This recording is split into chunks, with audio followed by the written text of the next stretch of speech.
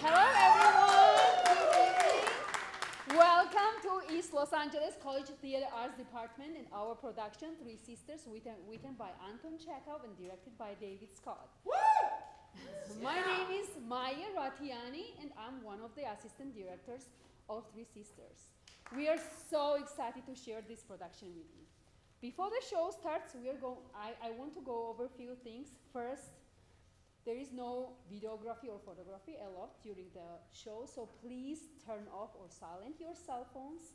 Second, we will have 15 minutes intermission, at which time you can go to the lobby and purchase the concessions.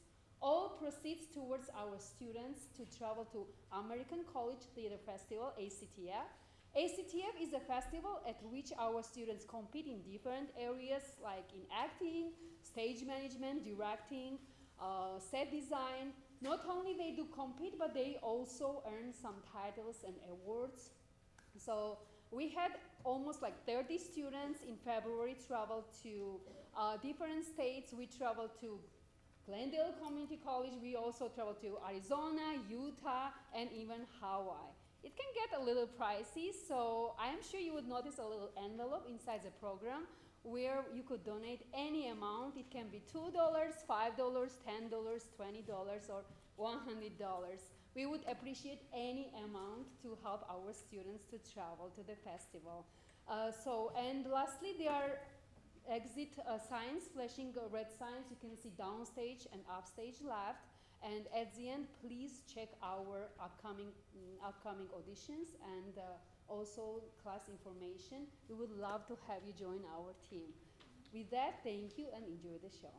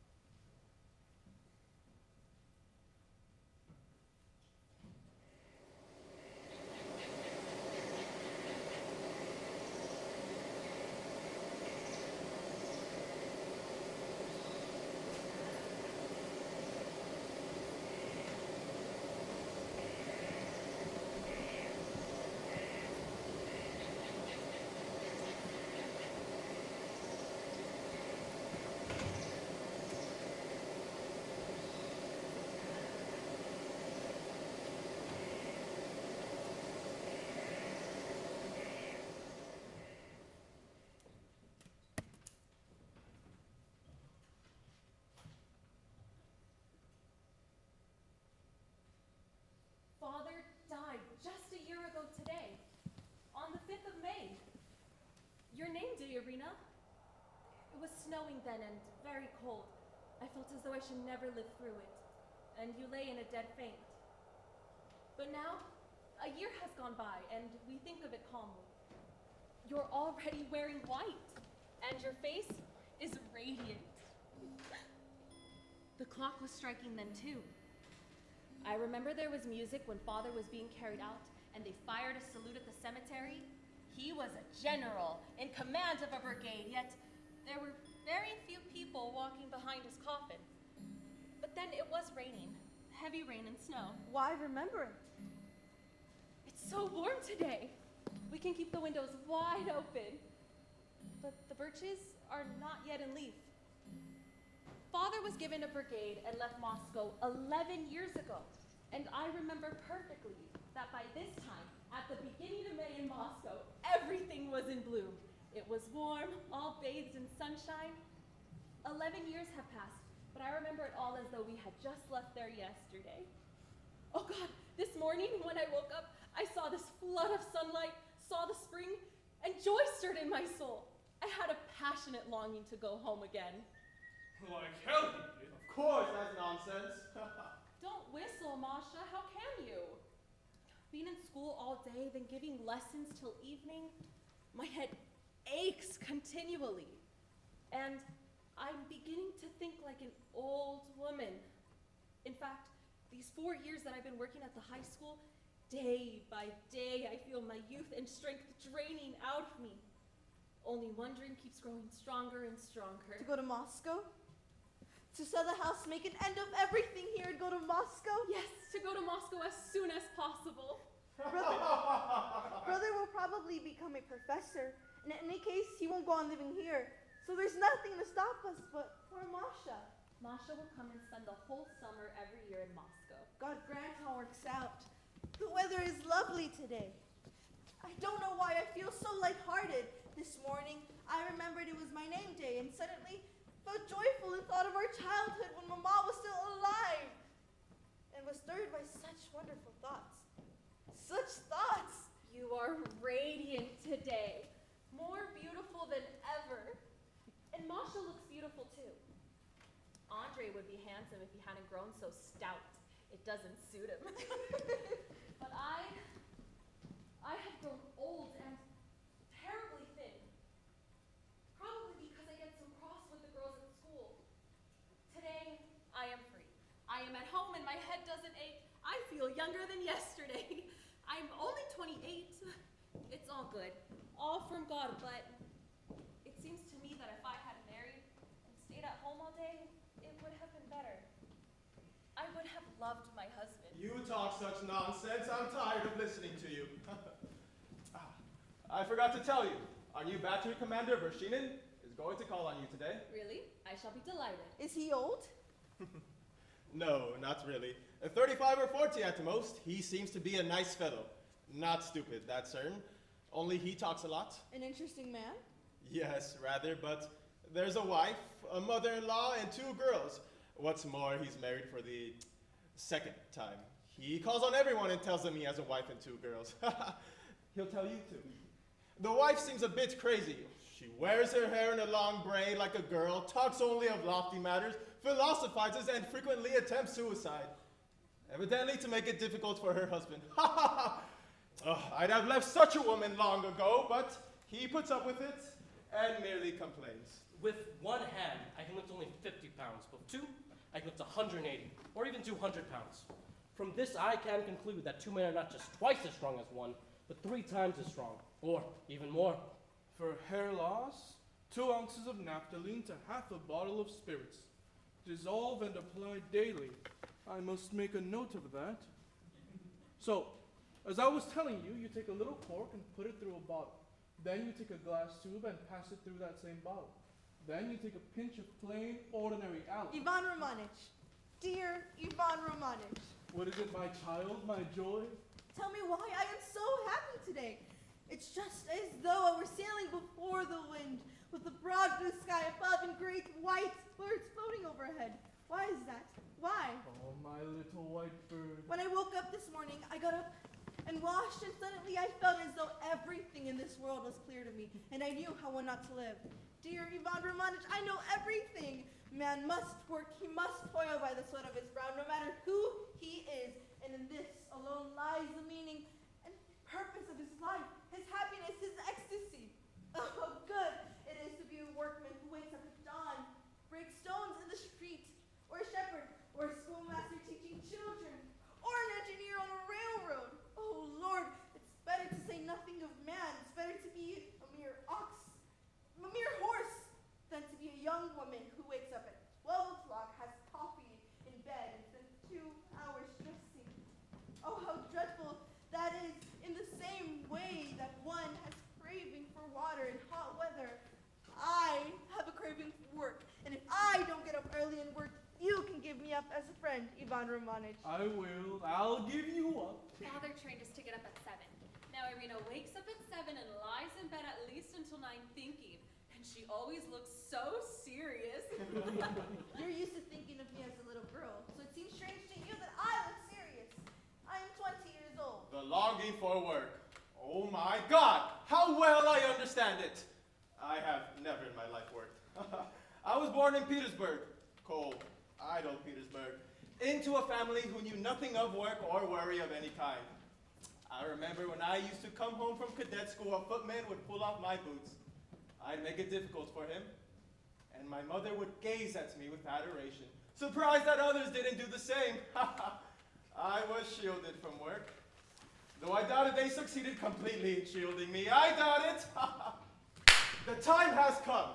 Something tremendous is hanging over our heads. A powerful, invigorating storm is gathering. It is coming. It's already near. And will blow away the laziness, the indifference, the prejudice against work, the rotten boredom of our society. I am going to work, and in another 25 or 30 years, everyone will work. Everyone. I'm not going to work. You don't count. 25 years from now, you will no longer be here. Thank God. In 2 to 3 years, you'll die of apoplexy. Or I'll lose my temper and put a bullet through your head. My angel. As a matter of fact, I have never done anything. Haven't lifted a finger since the day I left the university. I haven't even read a book. Only newspapers. Here, I can tell you from the newspapers, for instance, that there was a man named Dobrolyubov. But what he wrote, I don't know. They're calling for me downstairs. Someone has come to see me. I'll be right back. Wait. He's up to something. Yes, he seemed so elated when he went out that it's obvious he's about to bring you a present. I wish he wouldn't. Yes, it's awful. He's always doing something foolish. A green oak by a curved seashore. Upon that oak a golden chain. Upon that oak a golden chain. You're not very cheerful today, Masha. Where are you going? Home. Strange. Leaving a name day party. Never mind. I'll come back in the evening. Goodbye, my lovely one. Once again, I wish you health and happiness. In the old days when father was alive, 30 or 40 officers used to come to our name day parties, and there was a real racket. But today, there's only a man and a half, and it's silent as a desert. I'm going. I'm in the doldrums today. Not very cheerful, so don't listen to me. Later we'll have a talk, but goodbye for now, darling. I'll go off somewhere. Oh, you're so... I understand you, Masha. If a man philosophizes, you get philosophy, or at least sophistry.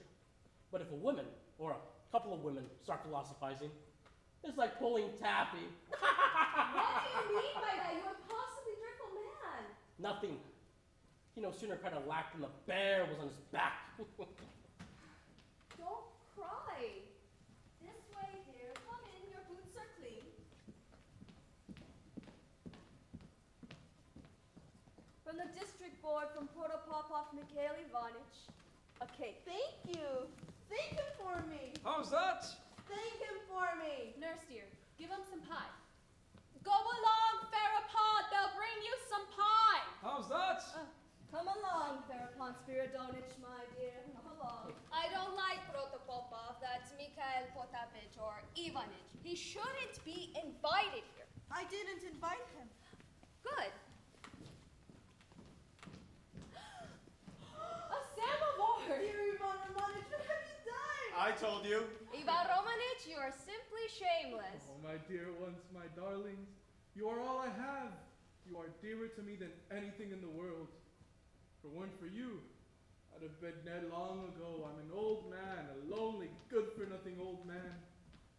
The only good thing about me is this love for you. My dear one, my girl, I have known you since the day you were born. I held you in my arms. I loved your dear mother. But why such an expensive present? Expensive presents? Why, you're completely... Put the samovar there. Expensive present. My dears, there's a colonel, a stranger. He's already taken off his overcoat, children. He's coming in here. Hey, Irinushka, dear, now you be nice and polite. It's high time we had lunch. Mercy on us. Vershinin, I suppose.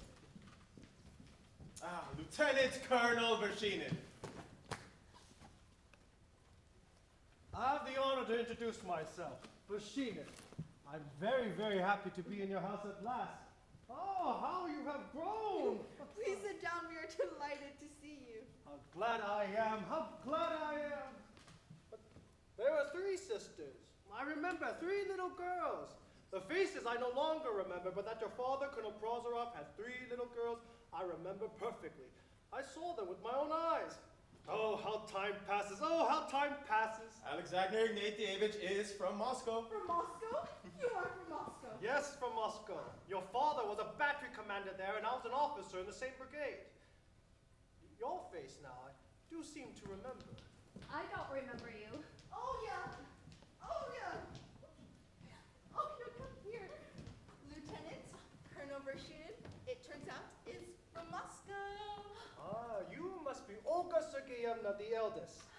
And you are Maria. And you are Irina, the youngest. You are from Moscow? Yes, I studied in Moscow and went to the service in Moscow. I served there a long time, and at last I've been given a battery here, and I've moved here, as you see. I don't exactly remember you. I only remember that there were 3 sisters. Your father, I remember very well. I can close my eyes and see him as plain as life. I used to visit you in Moscow. I thought I remembered everyone, and yet all at once My name is Alexander Ignatievich. Alexander Ignatievich, you are from Moscow. What a You surprise! see, you're going to move there. It is our native town. We were born there. We hope to be there by autumn. It is our native town. We were born on Obrazmanaya Street. Suddenly we see someone from our own town. Now I remember. Oh yeah, you remember. At home they used to talk of the lovesick major. You were a lieutenant then and in love. And for some reason they call you Major to tease you. Yes, yes, the lovesick major, that's right. You had only a mustache then. Oh, how much older you look. How much older? Yes, when I was called the lovesick major, I was still young. I was in love. It's different now. But you haven't a single gray hair. You've grown older, but you're still not old. Nevertheless, I'm in my 38th year. Is it long since you left Moscow? 11 years. But why are you crying, Masha? Oh, you funny girl. I'm starting to cry too. I'm all right. And on what street did you live on? On Obrazmanaya. We did too. At one time, I lived on Yunitskaya Street. I used to walk from there to the Krosny Barracks. There's a gloomy-looking bridge on the way, and under the bridge, the water roars. Makes the lonely man feel sick at heart. But here, what a broad, magnificent river, a wonderful river. Yes, except that it's cold. It's cold here and there are mosquitoes. Really? But it's such a fine, healthy Russian climate. The woods, the river, and then there are birch trees here. Oh, sweet, modest birches. Of all the trees, I love them best. It's good to live here. Only it's strange that the railway station is 20 miles away and no one seems to know why that is. I know why it is. Because if the station had been near, it wouldn't have been far. And since it is far, it cannot be near. Ah, you're whack, Vasily Vasilievich. Now I remember you. I remember. I knew your mother. She was a lovely woman. God rest her soul. My mom was buried in Moscow. In the Novodevichy. Imagine, I'm already beginning to forget her face. And we won't be remembered either. We'll be forgotten. Yes, will be forgotten. Such is our fate. We can do nothing about it. What to us seems serious, significant, highly important, the time will come when it will be forgotten or seem unimportant. And it's interesting that now we absolutely cannot know just what will be considered great, important, and what pitiful, absurd. Didn't the discoveries of Copernicus, or let us say Columbus at first, seem worthless and absurd, while the shallow nonsense written by some crank appear to be the truth? And it may be that our present life, to which we are so reconciled, when times seems strange, inconvenient, stupid, not pure enough, perhaps even sinful. Who can tell? Perhaps our age will be called great and be remembered with respect. Today there are no torture chambers, no invasions, no executions. And yet, how much suffering. Don't give the Baron his porridge. Just let him philosophize a little. Vasily Vasilievich, I beg you, leave me alone. After all, it's boring. The suffering we can observe today, and there's so much of it, does speak for a certain moral development which our society has attained. Yes, yes, of course. You said just now, Baron, that our age will be called great. And yet people are small all the same. Look how small I am. It would only be to console me if you called my life a great, understandable thing. That's Andre, our brother. He's probably going to be a professor. Papa was a military man, but his son chose an academic career. In accordance with Papa's wish. We haven't stopped teasing him all day. He seems to be slightly in love. With a local girl. She'll very likely call on us today. Oh, how she dresses. It's not just that her clothes are ugly and out of style. They're simply awful. A queer, gaudy yellowish skirt with some sort of vulgar fringe and a red blouse and such scrub cheeks. Andre is not in love. I can't believe that. After all, he does have taste. He's simply teasing, fooling us. Yesterday, I heard she was marrying Protopopov, the chairman of the district board, and a very good thing too. Andre, come here, just for a minute, dear.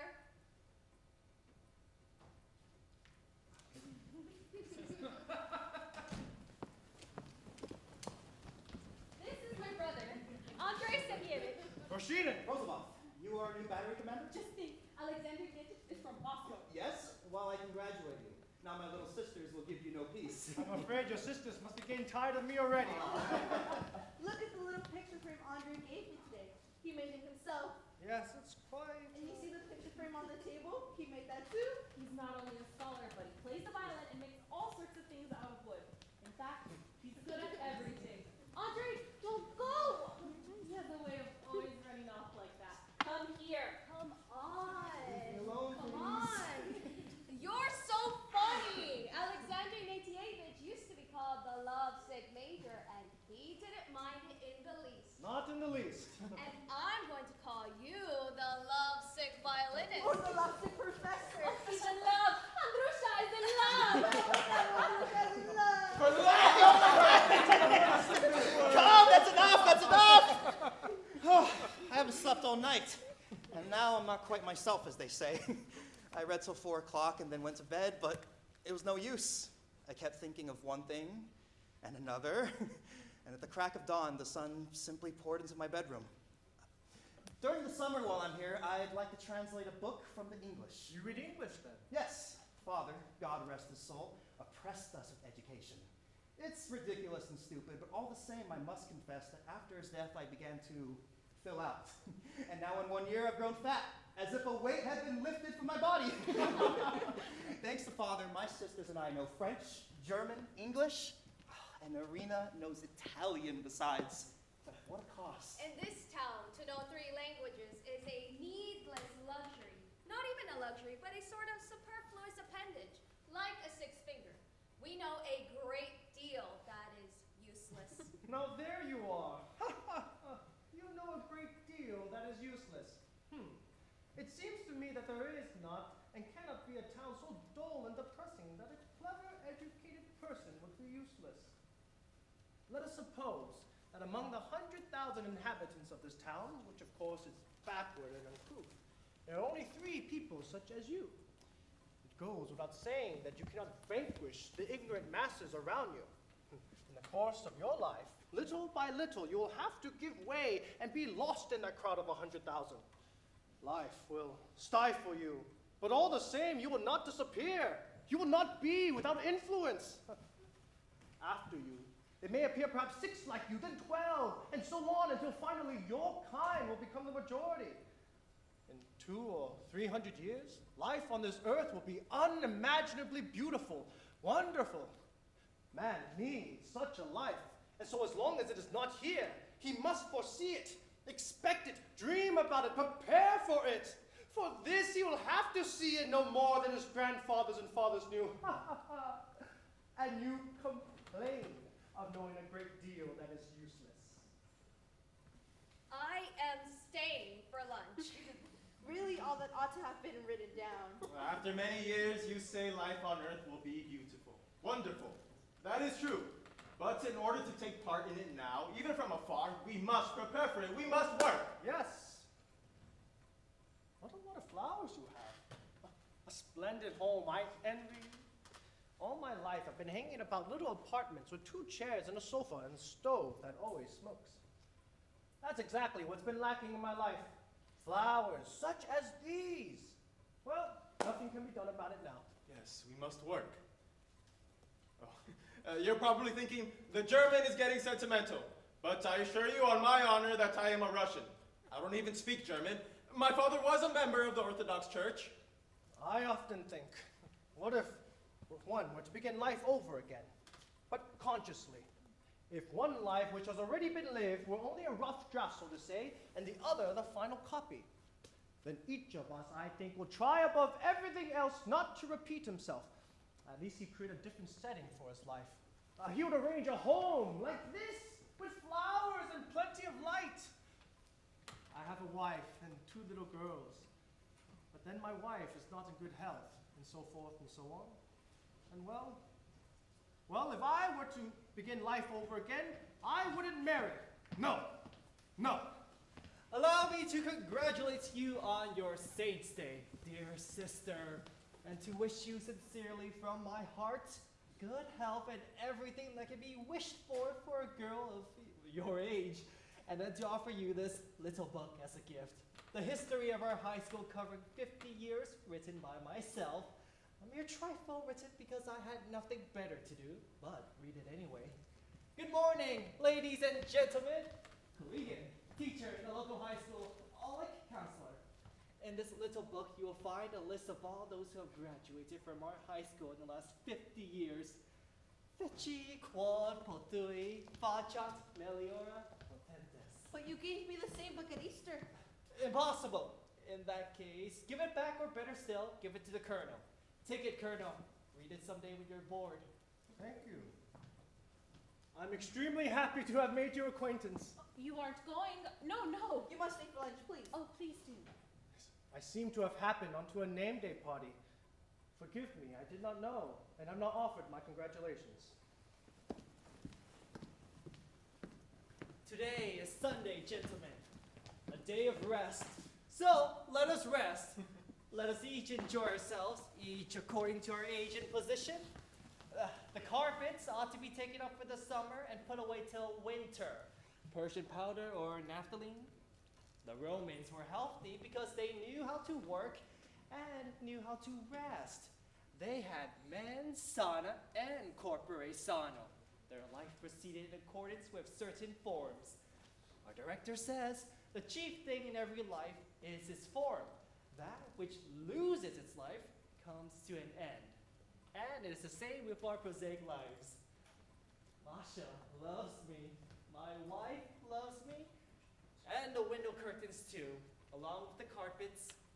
I'm feeling cheerful today. I'm in excellent spirits. Masha, we're to be at the directors at 4 o'clock this afternoon. They're hosting a walk for teachers and their families. I'm not going. Masha, dear, why not? We'll discuss it later. All right, I'll go. Only leave me alone, please. And afterward, we shall spend the evening at the director's. Despite his poor health, this man tries above everything to be sociable. A superior, noble person. A splendid man. Yesterday after the conference, he said to me, I am tired, Fyodor Ilyich, tired. Your clock is 7 minutes fast. Yes, he says, I am tired. Please, come to lunch, my friends. There's a meat pie. Olga, my dear Olga. Yesterday I worked from early morning to 11 o'clock at night and was tired out. But today I feel happy. Oh, a pie? Splendid. Take care. You're not to drink anything today. Do you hear? It's bad for you to drink. Listen to her. I'm past all that. I haven't been on the spree in 2 years, my girl. Besides, what does it matter? All the same. Don't you dare drink. Don't you dare. Another one of those long, dull evenings at the director's. Damn it! If I were in your place, I wouldn't go. Very simple. Don't go, my pet. Yes, don't go. This cursed, unbearable life. Now. That's enough, Vasily Vasilyevich. Drop it. Your health, Colonel. I'm a pet synagogue, and one of the family here, Masha's husband. She is kind, very kind. I'll have a little of this dark vodka. Your health. It's so good to be here. Masha is in a bad humor today. She married when she was 18, when he seemed to her the cleverest of men. But now it's different. He's the kindest, but not the cleverest. Andre, will you please come? Coming! What are you thinking about? Oh, nothing. I don't like that Solioni of yours. I'm afraid of him. He speaks nothing but nonsense. He's a strange man. I am both sorry for him and annoyed by him. But more sorry. I think he's shy. When I'm alone with him, he can be very intelligent and friendly. But in company, he's a crude fellow. A bully. Don't go yet. Let them get settled at the table. And let me be near you a little while. What are you thinking about? You are 20, and I am not yet 30. How many years lie before us? A long succession of days. Full of my love for you. Nikolai Lovich, don't talk to me of love. I have a passionate thirst for life, for work, for struggle. And that thirst is mingled in my soul with my love for you, Irina. And just because you are beautiful, it seems to me life too is beautiful. What are you thinking about? You say life is beautiful, yes, but what if it only seems so? Life for us three sisters has not been beautiful. It has stifled us like weeds. Now I have tears in my eyes. I mustn't. Now we must work. That is why we're so melancholy and take such a gloomy view of life. Because we know nothing of work. We come from people who despised work. We're already sitting down to lunch and late. My hair seems to be all right. Dear Arina Sergeyevna, I congratulate you. You have such a lot of guests. I really feel awful. How do you do, Baron? Well, here's Natalia Ivanovna. How do you do, my dear? Congratulations on the name day. You have so much company. I feel terribly embarrassed. Nonsense, they're all old friends. My dear, you're wearing a green sash. That's not right.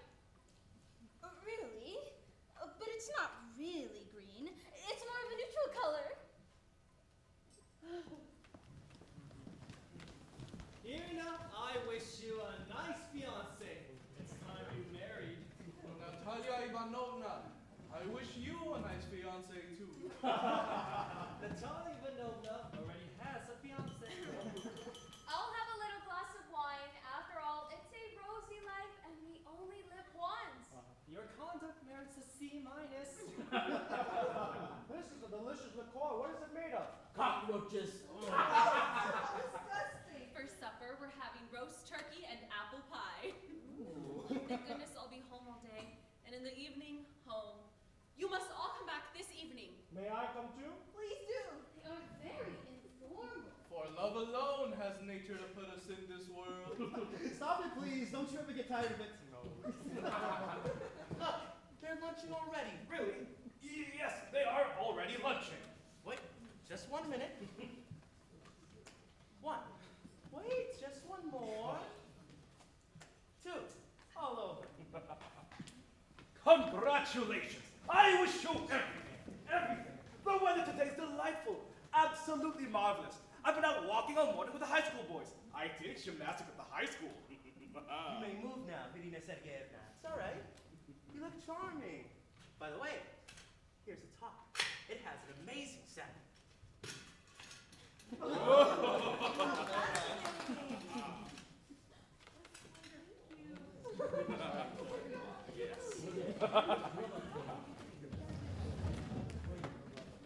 Negrino by curved seashore, upon that oak a golden chain, upon that oak a golden chain. Why do I keep saying that? This phrase has been haunting me ever since morning. Tea at the table! Ladies and gentlemen, Could it be that you attach any significance to superstitions? If there are 13 at the table, then it means that someone here is in love. It's not you by any chance, Ivan Romanich. I am an old sinner, but why Natalia Ivanovna should be embarrassed, I simply cannot understand. Don't pay attention. Wait, stop, I beg of you. I feel so ashamed. I don't know what's the matter with me, but they keep making fun of me. I know it was bad manners to leave the table like that, but I can't help it. I can't help it. My darling, I beg of you, I implore you. Don't be upset. They are only joking. I assure you it is not meant unkindly. My darling, my lovely one. They are all kind, good-hearted people, and they are fond of us both. Come over here to the window. They can't see us here. I'm so unused to being in company. Oh, youth. Wonderful, beautiful youth. My darling, my lovely one. Don't be so upset. Believe me. Believe me. I feel so happy. My soul is full of love and ecstasy. Oh, they can't see us. They can't see us. Why? Why did I fall in love with you? When did I fall in love? I don't understand anything. My darling, my lovely, my pure one. Be my wife. I love you. Love you as I have never loved anyone before.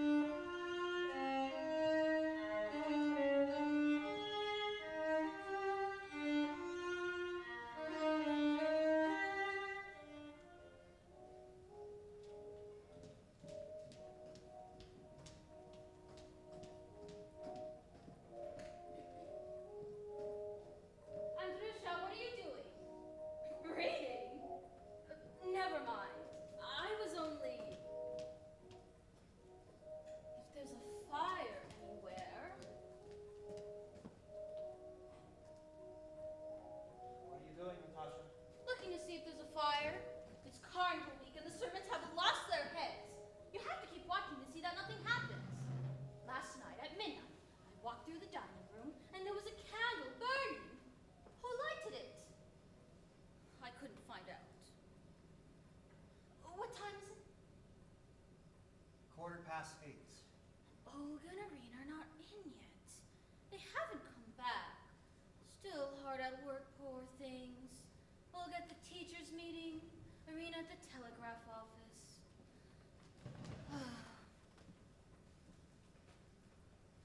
This morning I said to your sister, "Take care of yourself, Irina, my dear," I said. But she won't listen. 8:15, you said.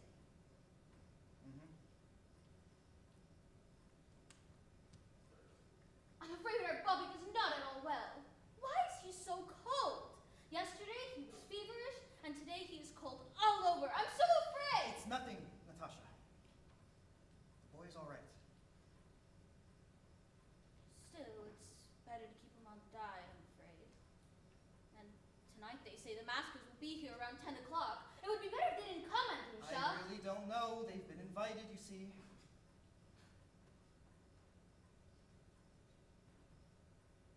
This morning, the little fellow wakes up and looks at me. And suddenly, he smiles. That means he knows me. "Bobik," I say, good morning, darling."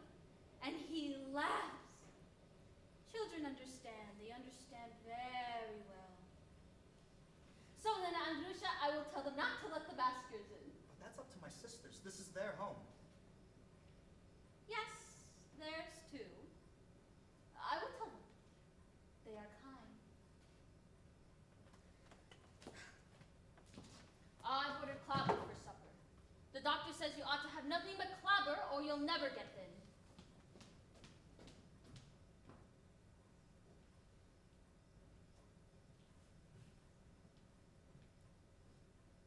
Bobik is cold. I'm afraid his room is too chilly for him. We ought to put him in another room, at least till the warm weather comes. Irina's room, for instance, is just right for a baby. It's dry and gets sun all day. I must tell her. She could share Olga's room for a while. It's not like she's at home during the day anyhow. She only sleeps here.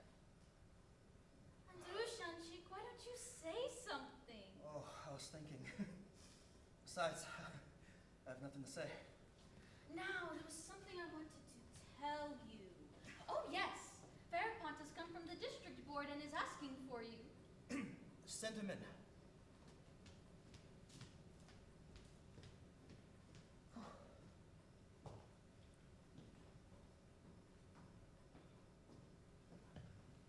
Good evening, my friend.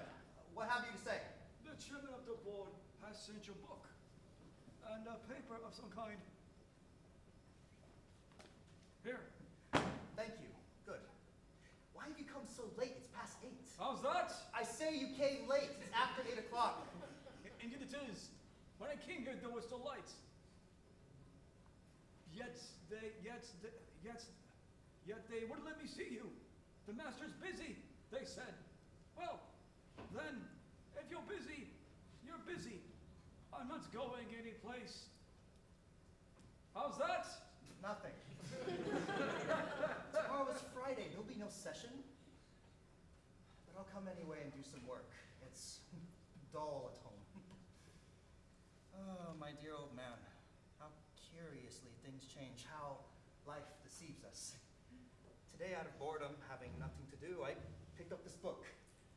Old university lectures, and I felt like laughing. My God. I'm the secretary of a district board, the board of which Protopopov is chairman. Secretary. And the very most I could hope for is to become a member of that board. I, a member of a district board. I, who dream every night that I am a professor at the University of Moscow, an illustrious scholar of whom all Russia is proud. I wouldn't know. I don't hear well. If you could hear well, I probably wouldn't be talking to you. I must talk to someone, but my wife doesn't understand me. And for some reason, I'm afraid of my sisters. Afraid they'll laugh at me or make me feel ashamed. I don't drink. I don't like taverns. But right now, how I should enjoy sitting in Tiestov's restaurant in Moscow. Or in the Bolshoi Moskovsky, my dear man. And in Moscow. So a contractor was saying at the board the other day, some merchants were eating pancakes. One of them, who ate 40, it seems, died. It is either 40 or 50. I don't remember. You sit in a huge room in a Moscow restaurant. You don't know anyone, no one knows you, and yet you don't feel like a stranger. Here, you know everyone. Everyone knows you, but you're a stranger. A stranger. A stranger and lonely. How's that?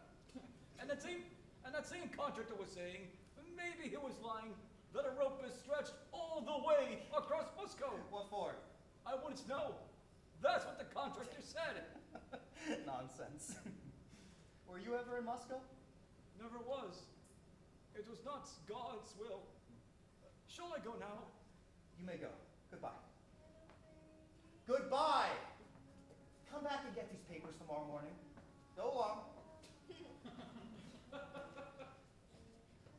He's gone.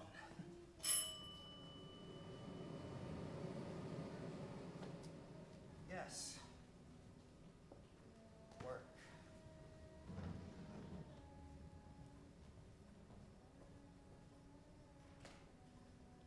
I don't know. I don't know. Of course, a great deal depends on what one is accustomed to. After father died, for instance, it took us a long time to get used to having no orderlies in the house. But even apart from habit, I have to say it in all fairness. It may not be so in other places, but in our town, the most decent, the most honorable, and well-bred people are all in the army. I'm thirsty. I'd like some tea. They'll bring it soon. I was married when I was 18, and I was afraid of my husband because he was a teacher and I was hardly out of school. In those days, he seemed to me terribly learned, clever, and important. But now, unfortunately, it is different. Yes, that's how it is. I don't speak of my husband. I've grown used to him. But among civilians generally, there are so many coarse, impolite, ill-bred people. Coarseness upsets and offends me. I suffer when I see that a man is not fine enough, gentle enough, courteous. When I happen to be among teachers, my husband's colleagues, I am simply miserable. Yes, but it seems to me that it's all the same, whether they're civilians or military men. They're equally uninteresting in this town at any rate. It's all the same. If you listen to one of the local intelligentsia, either civilian or military, he's sick and tired of everything. Either he's sick and tired of his wife, his estate, his home, or his horses. A Russian is peculiarly given to an exalted way of thinking. But tell me, why is it that in life he falls so short, huh? Why? Why? Why is he sick and tired of his children, sick and tired of his wife? And why are his wife and children sick and tired of him? You're not in a very good mood today. Perhaps not. I had no dinner today. Nothing to eat since morning. One of my daughters is not very well.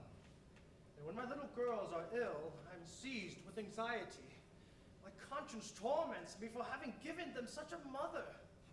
Oh, if you should have seen her today. What a worthless creature. We began quarreling at 7 o'clock this morning, and at 9 o'clock I slammed the door and left. I never talk about this. Strangely enough, I complain only to you. Don't be angry with me. Except for you, I have no one. No one. Such a noise in the stove. Just before father died, there was a wailing in the chimney. They're just like that. Are you superstitious? Yes. That's strange. Oh, you are a splendid, wonderful woman. Splendid, wonderful. It's dark here, but I can see the sparkle of your eyes.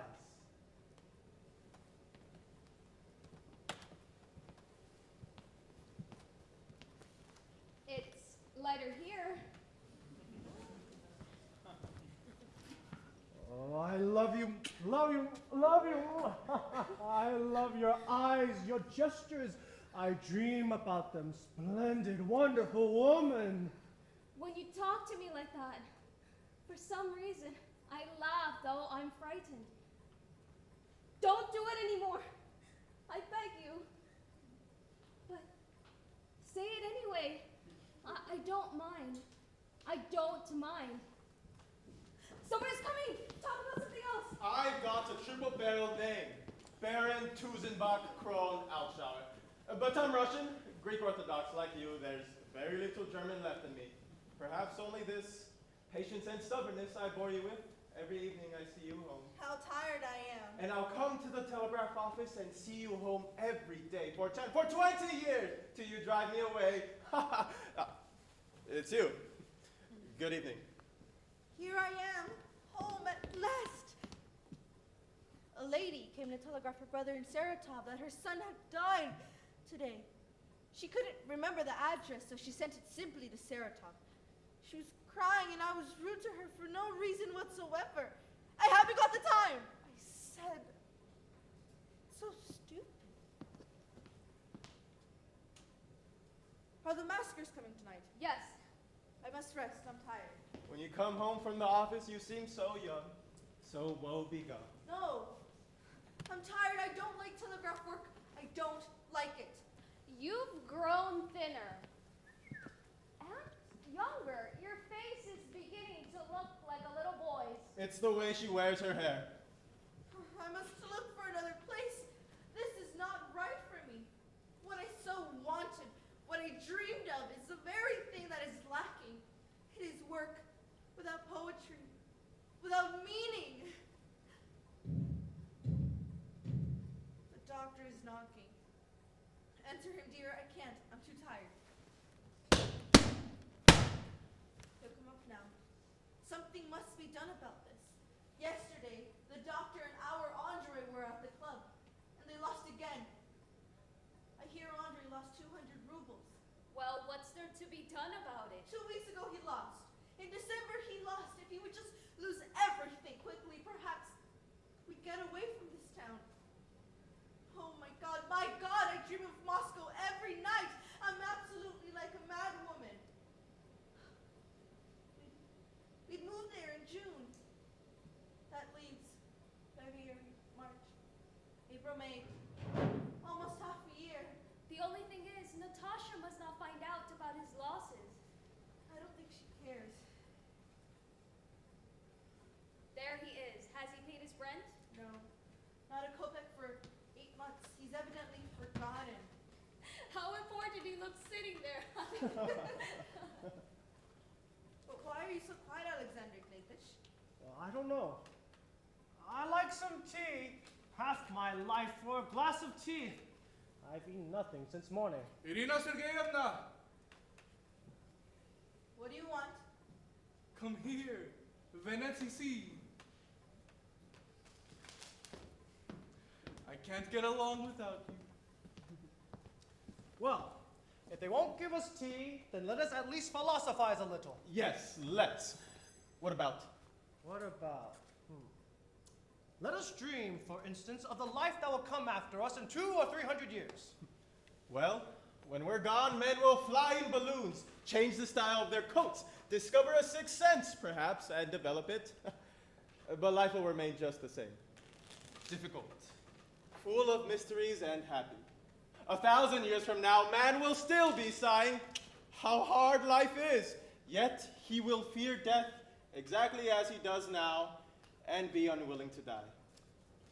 How should I put it? It seems to me that everything on earth must change, little by little, and is already changing before our eyes. In 200 or 300 years, let's say 1,000 years, the time doesn't matter, a new happy life will dawn. We'll have no parts in that life, of course, but we are living for it now, working, yes, suffering, and creating it, and that alone lies the purpose of our existence, and if you like, our happiness. Why are you laughing? I don't know. I've been laughing all day, ever since morning. I was graduated from the same school you were, but I didn't go to the academy. I read a great deal, but perhaps I don't read the right things. and because I don't know how to select the right books. Nevertheless, the longer I live, the more I want to know. My hair is turning gray. I'm almost an old man now. But I know so little. Oh, so little. Yet it seems to me that what is most important and real, I do know, firmly know. And how I should like to prove to you that there is no happiness, that there should not and will not be for us. We must only work, and happiness, that is the lot of our remote descendants. Not from me, but at least from my descendants and those who come after them. According to you, we are not even to dream of happiness. But what if I am happy? You're not. Oh, obviously we don't understand each other. Well, how am I to convince you? Oh, laugh. Not only in 200 or 300 years, but in 1,000,000 years, life will remain just the same as it's always been. It doesn't change, it remains constant, following its own laws which do not concern us, or which in any case, you will never get to know.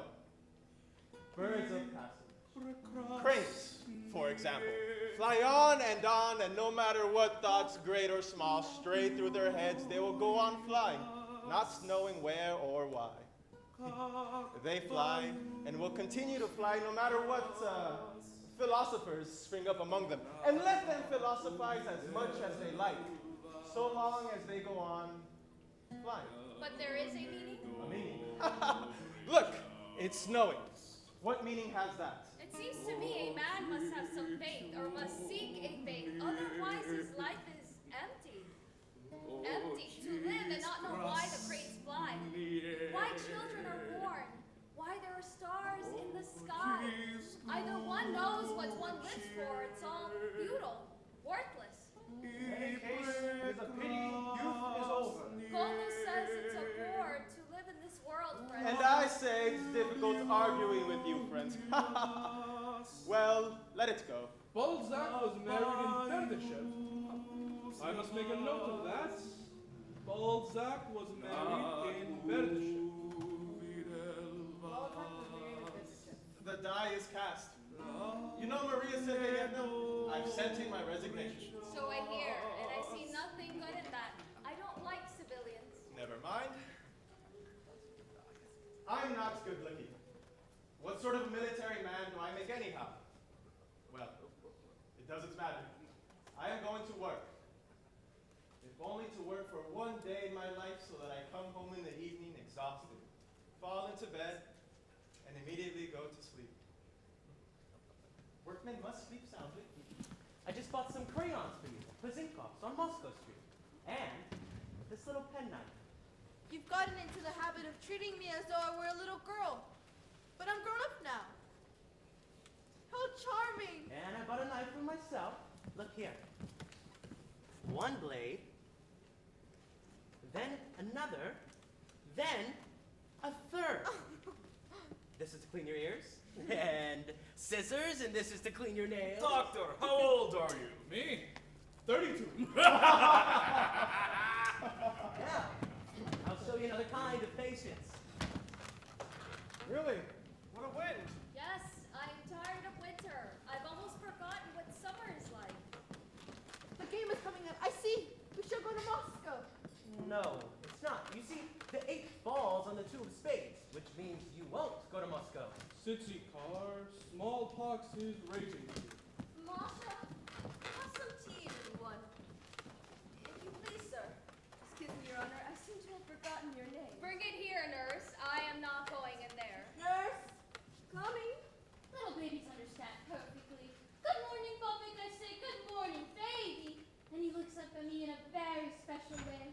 You think it's just a mother talking, but no, I assure you, he is an extraordinary child. If that child were mine, I would have fried him in a skillet and eaten him. Rude, ill-bred man. Happy is he who does not seem to notice whether it is summer or winter. It seems to me if I were in Moscow now, I'd be indifferent to the weather. The other day, I was reading the diary of a certain French minister, written in prison. The minister had been convicted of fraud. What rapture and delight he speaks of birds he sees from his prison window. Birds he had never even noticed when he was a minister. Now that that he's been released, of course, he'll no more notice them than he did before.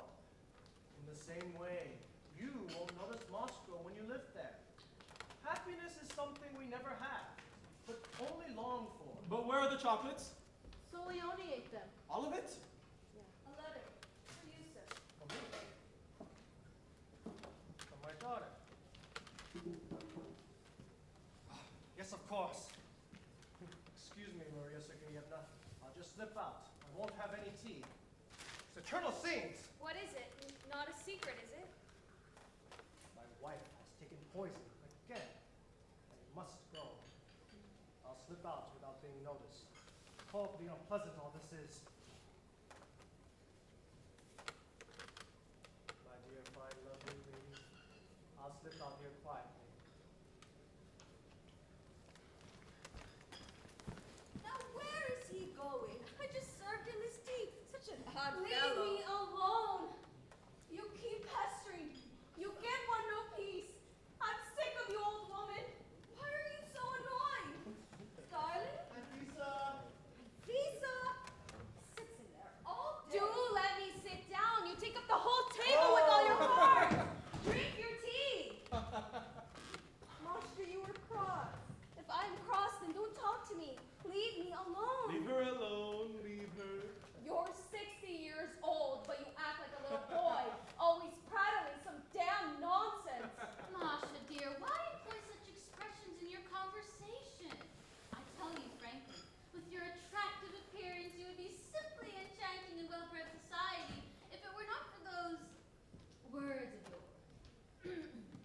Je vous prie, pardonnez-moi, Marie, mais vous avez des manières un peu grossières. Give me, I think there's some cognac. Pray, comment Bobby, je ne dois pas. He's awake. He doesn't seem to be very well today. I must go to him. Excuse me. And where has Alexander Ignatich gone? Home. Something odd with his wife again. Oh, you're always sitting by yourself thinking about something, and there's no telling what it is. Come, let's make it up.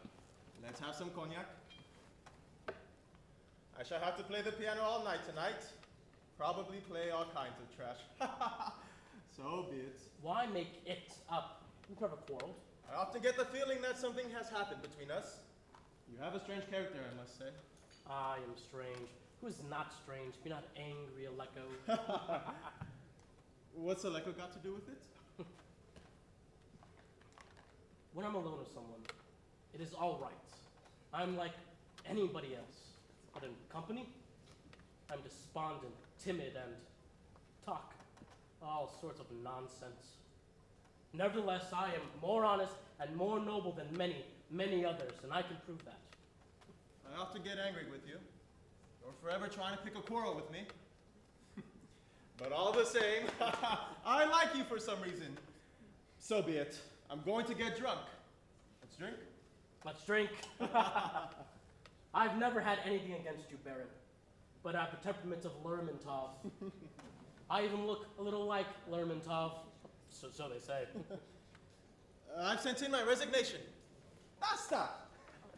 I've been considering it for 5 years, and at last I've made up my mind. I'm going to work. Be not angry, Aleko. Forget.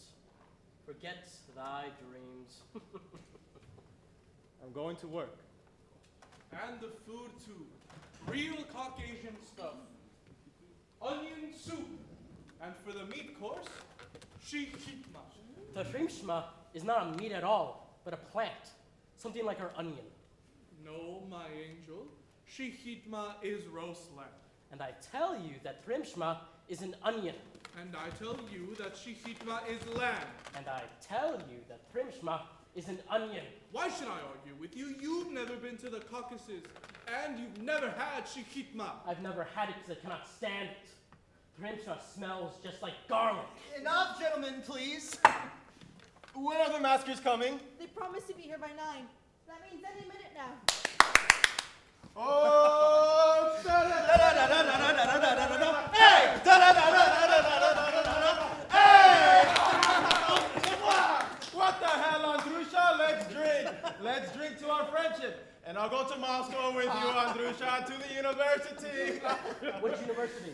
There are 2 in Moscow. In Moscow, there is 1 university. Yes. 2, I tell you. Make it 3, so much the better. In Moscow, there are 2 universities. In Moscow, there are 2 universities. The old one and the new one. But if you don't care to listen, if my conversation is irritating to you, I can stop talking. I can even go to another room. Bravo! Bravo! Let's get started. I'm going to play a funny fellow, that's Solioni.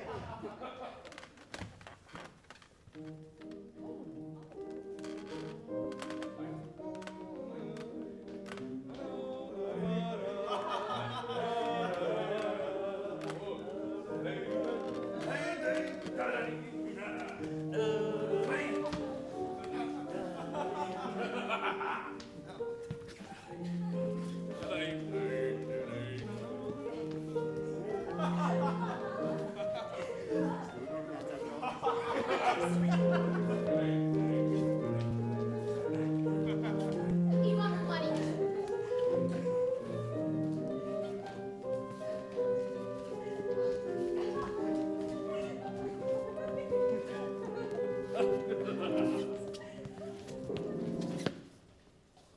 What is it? It's time we were going. Good night. Good night. Time to go. But look here, what about the maskers? They're not coming. Don't you see, my dear? Natasha says that Bobik is not very well, and so in any case, I don't know anything about it, and I certainly don't care. Bobik is not well? It's not the first time. If they turn us out, I suppose we must go. It is not Bobik that is sick, but she herself, here. Common creature. What a pity. I counted on spending the evening, but if the little fellow is sick, then of course. I'll bring him some toys tomorrow. I purposely took a nap after dinner today. I thought I'd be dancing all night. Why, it's only 9 o'clock. Let us go out into the street. We can decide there what to do. Oh, yes, yes.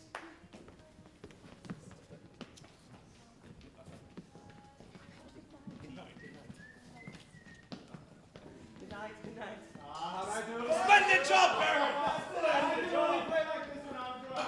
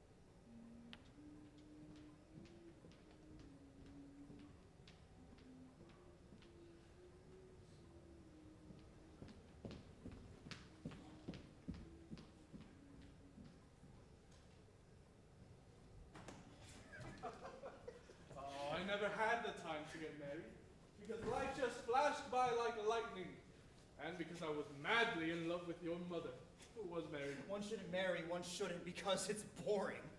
And maybe so, but what about loneliness? You may philosophize as much as you'd like, but loneliness is a terrible thing, my lord. Though, as a matter of fact, of course, it really doesn't matter. Let's go quickly. What's the hurry? We have time. I'm afraid my wife might stop me. I'm not going to play tonight. I shall just look on. I don't feel very well. What should I do, Ivan Romanich, for shortness of breath? Why ask me? Don't remember, my boy. Don't know. Let's go through the kitchen. What is it? The maskers. Tell the nurse here that there's no one at home, that they must excuse us.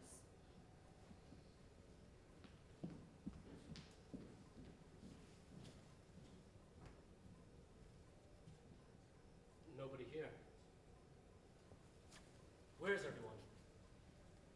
They've gone home. Strange. Are you here alone? Alone, goodbye.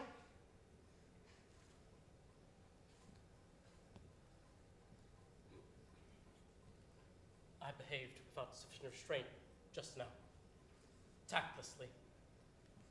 But you are not like the rest of them.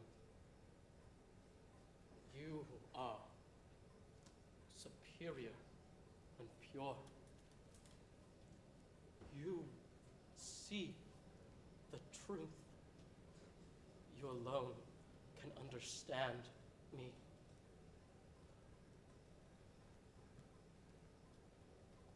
I love you deeply, infinitely love you. Goodbye, go away. But I cannot live without you. Oh, my bliss. Oh, happiness. Magnificent, wonderful, amazing eyes, such as though I have never seen in another woman. Stop it, Soleoni. For the first time, I speak to you of love. It is as though I were not on this earth, but another planet. Well, it is all one. Love cannot be forced, to be sure. But there must be no happy rivals. There must not be. I swear to you by all that is holy, I will kill any rivals. Oh, wonderful one. Andre is there. Let him read. Excuse me, Vasily Vasilyich. I didn't know you were here. I'm in my dressing gown. It is all one. Goodbye. You're tired, my poor dear girl. You ought to go to bed a little earlier. Is Bobik asleep? He's asleep, but he's restless. By the way, I keep meaning to speak to you, but either you are out or I have no time. I think the nursery Bobik is in now is cold and damp, and your room is so nice for a baby. My own dearest, do move in with Olia for a while. Where? You and Olia will be in one room for the time being, and Bobik will be in your room.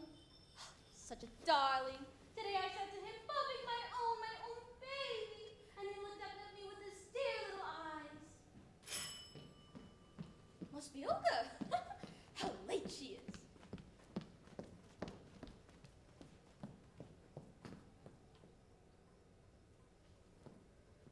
Protopopov?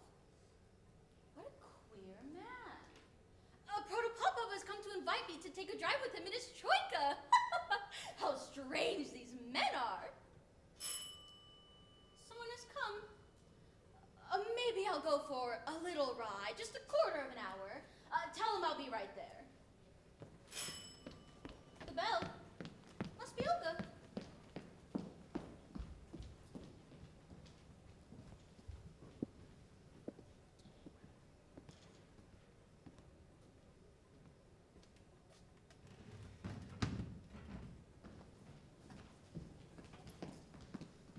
How do you like that? They said you were going to have a party. Strange. When I left a while ago, half an hour or so, they were expecting the maskers. They have gone home. Masha too? Where did she go? And why is Protopopov downstairs waiting in a troika? Who is he waiting for? Don't ask questions, I'm tired. Well, Miss Caprice. The meeting just ended. I am exhausted. Our headmistress is ill and I need to take her place. My head aches. My head. Andre lost 200 rubles at cards last night. The whole town is talking about it. Yes, the meeting tired me too. My wife just took it into her head to frighten me. She almost poisoned herself. It's all right now. I'm glad. It's a relief. So we're to go. Very well then. I wish you good night.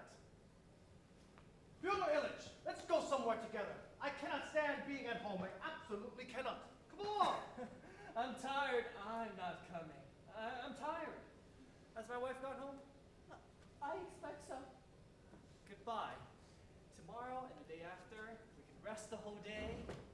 Good night. I do want some tea. I counted on spending the evening in pleasant company and falcium homium spent. Accusative case exclamatory. Well then, I'll go by myself.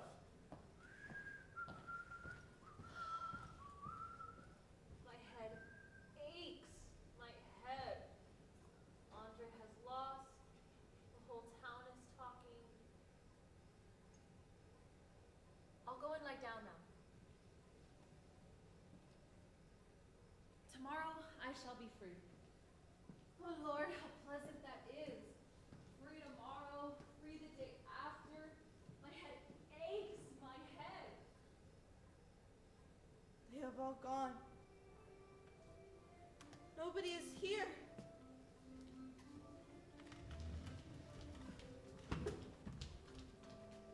I'll be back in half an hour. I'm just going for a little drive.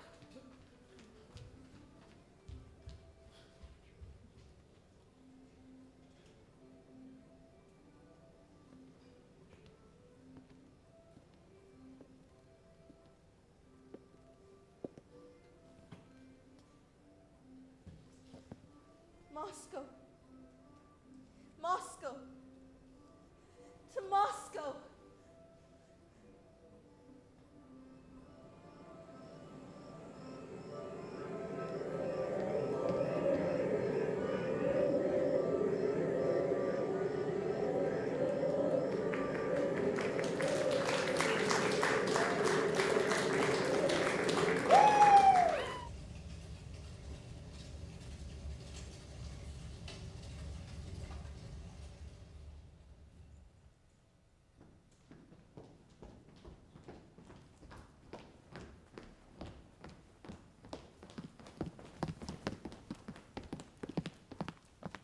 They're sitting below the stairs now. I said to them, come upstairs, I said. You can't sit there like that. They're crying. Papa, they say. We don't know where Papa is. God forbid he's burned. What an idea. There are people in the yard there without clothes too. Take this gray dress. And this one. Take this skirt, nurse. This blouse. My God, what a thing to have happened. Kirisanovsky Street has burned to the ground, apparently. Take this. And this. Oh, the poor Vershinin had a fright. Their house nearly burned to the ground. We can't let them go home. They'll have to spend the night here. Everything burned up. Poor Fedotex. There's nothing left. Better call Farapont, Olyusha. I won't be able to Nobody carry- comes when I ring.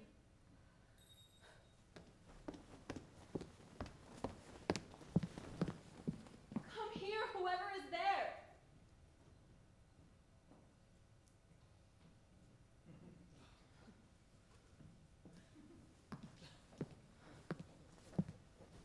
What a horror this is.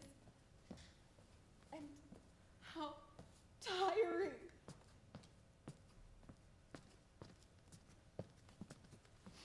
Here, take these things downstairs. The Kolotilin young ladies are there, under the staircase. Give it to them. And this too. Yes, miss. In 1812, Moscow burned down too. Oh, good Lord. The French were surprised. Go along now. Yes, miss. Nurse, give them everything. We don't need anything. Give it all away, nurse. I'm tired. I can hardly stand up. We mustn't let the Vershinins go home. The two little girls can sleep in the drawing room, and Alexander Ignatich can sleep downstairs at the Baron's. Fedotek too at the Baron's, or he can stay with us in the reception room. The doctor, as if on purpose, got drunk, terribly drunk, and now we can't put anyone in with him. Vershinen's wife in the drawing room too. Olyushka, dear, don't send me away. Don't send me away. You're talking nonsense, nurse. Nobody's gonna send you away. My own, my treasure. I work hard. When I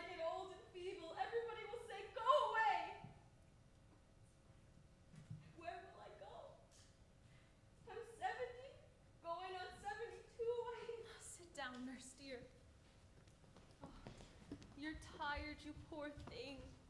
Rest now, my dear. How pale you are. They say we should form a committee at once, save the victims of fire. Why not? It's a fine idea. Indeed, we should always be ready to help the poor. That's the duty of the rich. Hobbit and Sapphira are fast asleep, sleeping as if nothing had happened. We got such a lot of people everywhere. No matter where you turn, the house is full. And there's influenza in town. I'm afraid the children might catch it. You don't see the fire from here. It's peaceful. Yes. I'm all disheveled. They say I've gained weight, but that's not true. Not at all. Masha is sleeping, exhausted. Poor thing. Don't you dare sit down in my presence! Stand up! Get out of here!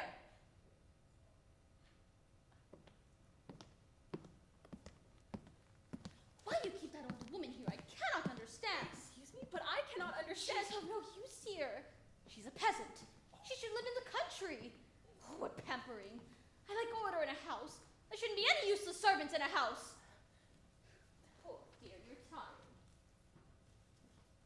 Our headmistress is tired. When my Sapphira grows up and goes to high school, I'll be afraid of you. I shan't be the headmistress. You're elected, Alechka. That's settled. I shall refuse. I cannot. I haven't the strength for it.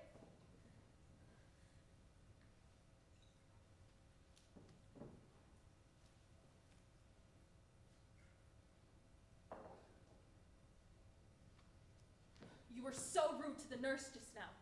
You must excuse me, but I am in no condition to endure. Forgive me, Olia, forgive me. I didn't mean to upset you.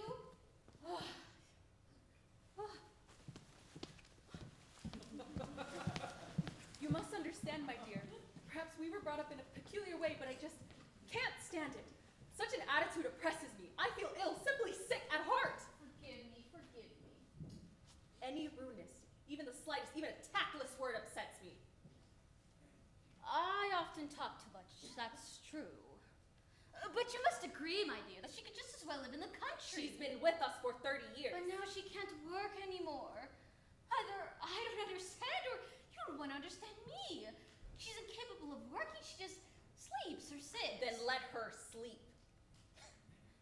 What do you mean, let her sleep? She's a servant, isn't she? I don't understand you, Olga. I have a nurse, I have a wet nurse. We have a maid and a cook. What do we keep that old woman for? What for? I have aged 10 years tonight. Oh, you dare cross me, don't you dare! We must come to an understanding, Olga. You're at school, I'm at home. We're doing the teaching, I'm doing the housekeeping. And if I have anything to say about the servants, then I know what I'm talking about. I know what I'm talking about! And by tomorrow, that old hag, that old thing, that old witch will be gone! Really? If you don't move downstairs, we shall always be quarreling. It's awful. Where's Masha? It's time to go home. They say the fire subsided. Only one section burned down in spite of the fact that there was a wind. At first, it looked as if the whole town was on fire. I'm worn out. Lechika, my dear, I often think, if it hadn't been for Masha, I'd have married you, Lechika. You are very good. I'm exhausted. What is it? Tonight, the doctor had to go out on a drinking spree. He's terribly drunk. Tonight. I think he's coming in here now. Do you hear? Yes, he's coming. Such a fellow, really. I'll hide. What a rascal. He hasn't been drinking for 2 years. And now all of a sudden he's gone and got drunk. To hell with them! They think I'm a doctor, that I know how to cure any kind of sickness. I know absolutely nothing. Forgot everything I knew, I remember nothing. Nothing. Last Wednesday, I treated a woman in Zaz. She died, and it's my fault she died. Yes, I used to know a thing or two 25 years ago, but now I remember nothing. Nothing. Maybe I'm not even a man. And I'm just pretending I have arms and legs and a head. Maybe I don't even exist. And just imagine that I'm walking around, eating, sleeping. Oh, if only I didn't exist. Damn it all. The other day, there was a conversation at the club.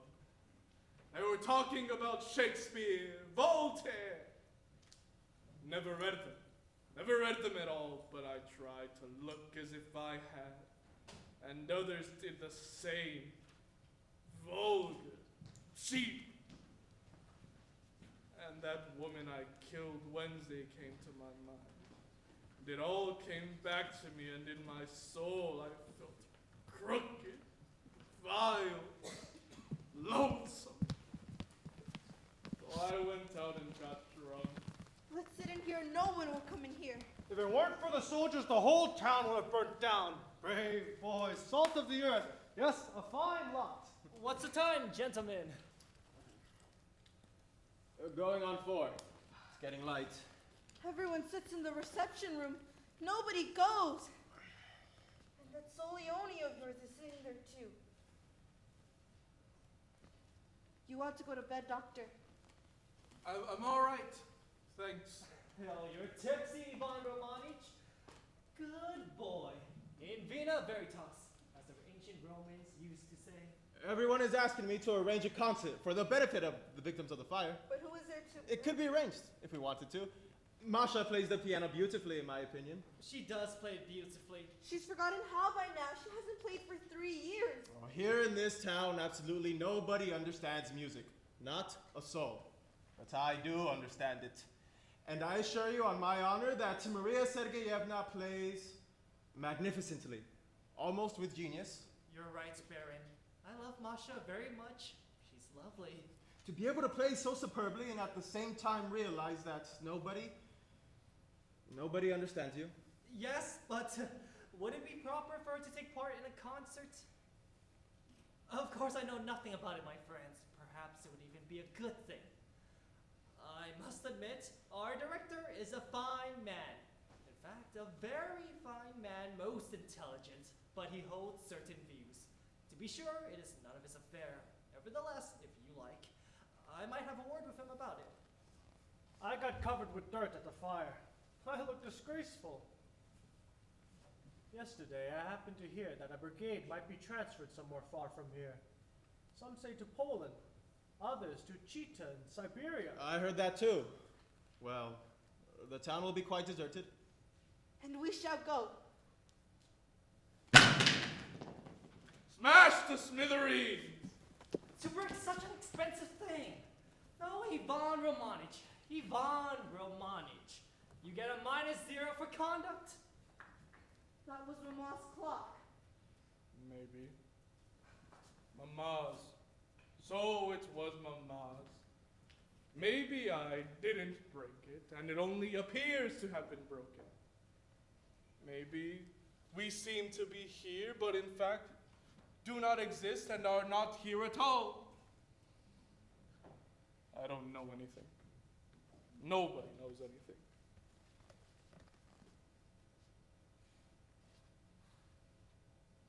Where are your eyes? Natasha is having an affair with Protopopov and you don't see it. There you sit, not seeing what's happened before you. And Natasha is having a little romance with Protopopov. May I offer you this fig?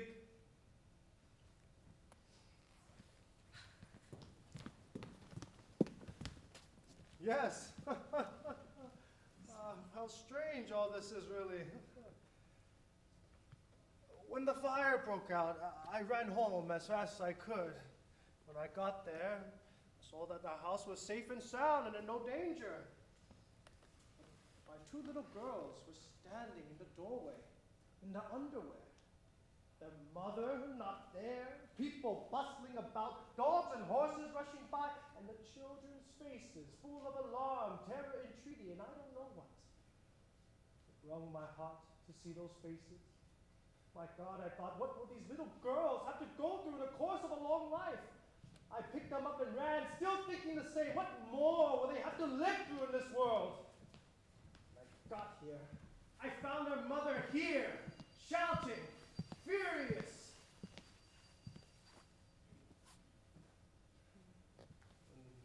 My two little girls were standing in the doorway, in their underwear, the streets red with the blaze and the noise terrible. I thought something of the sort must have happened many years ago, when the enemy made a sudden raid, plundering, burning. And yet, what a difference between things as they are and as they were. When a little more time has passed, say 200 or 300 years, then people who look at our present day life with horror and contempt. I know this will seem awkward, difficult, very uncertain and strange. Oh, what a life that is going to be, what a life! Oh, here I am philosophizing again. Oh, please, let me go on philosophizing.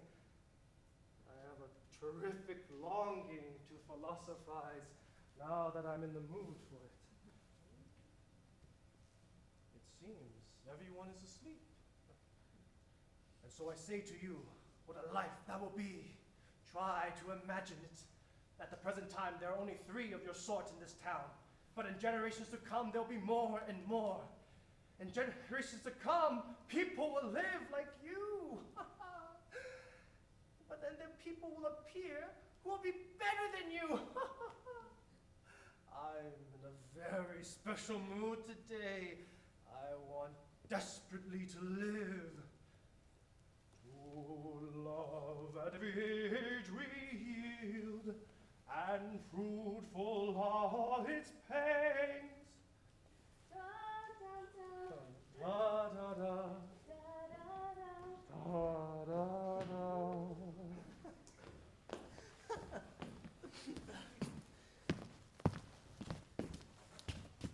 Burn down! Oh, burn to the ground! What sort of joke is that? Has everything burnt? Absolutely everything. There's nothing left. My guitar's burnt. My photography equipment's burnt, and all of my letters, even the little notebook that I meant to give to you. Burnt. No, please go. Soleone, you can't stay here. Why is it that the parent can stay and I can't? We must go, really. How's the fire? Dying down, they say. Yes, it seems decidedly odd that the parent can stay and I can't. Let us go into the reception room. Very well. I'll make a note of that. This moral could be made more clear, but might provoke the geese, I fear. How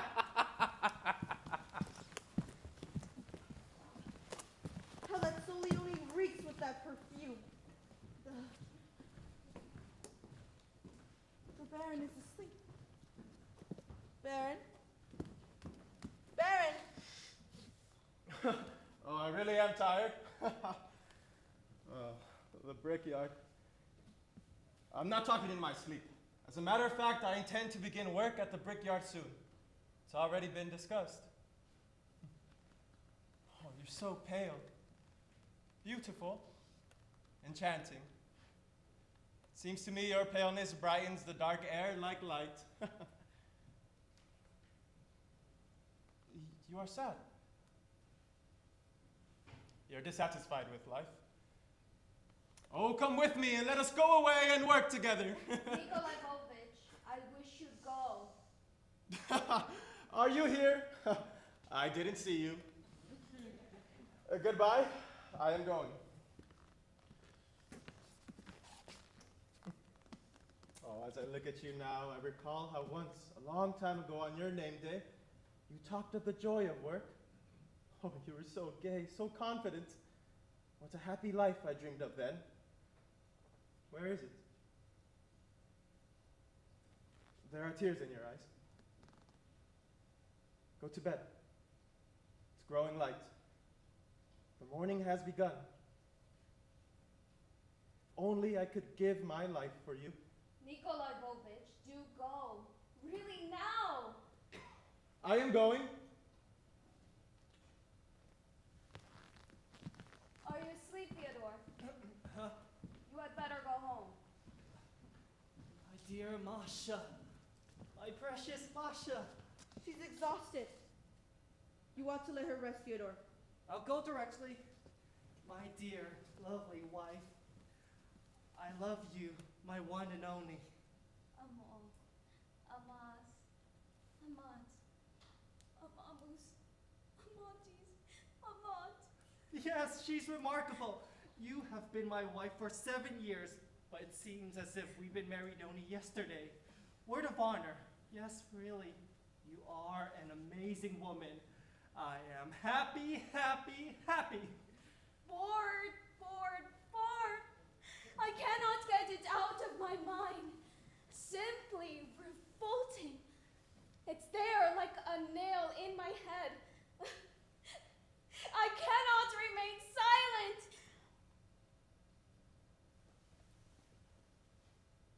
I mean about Andre.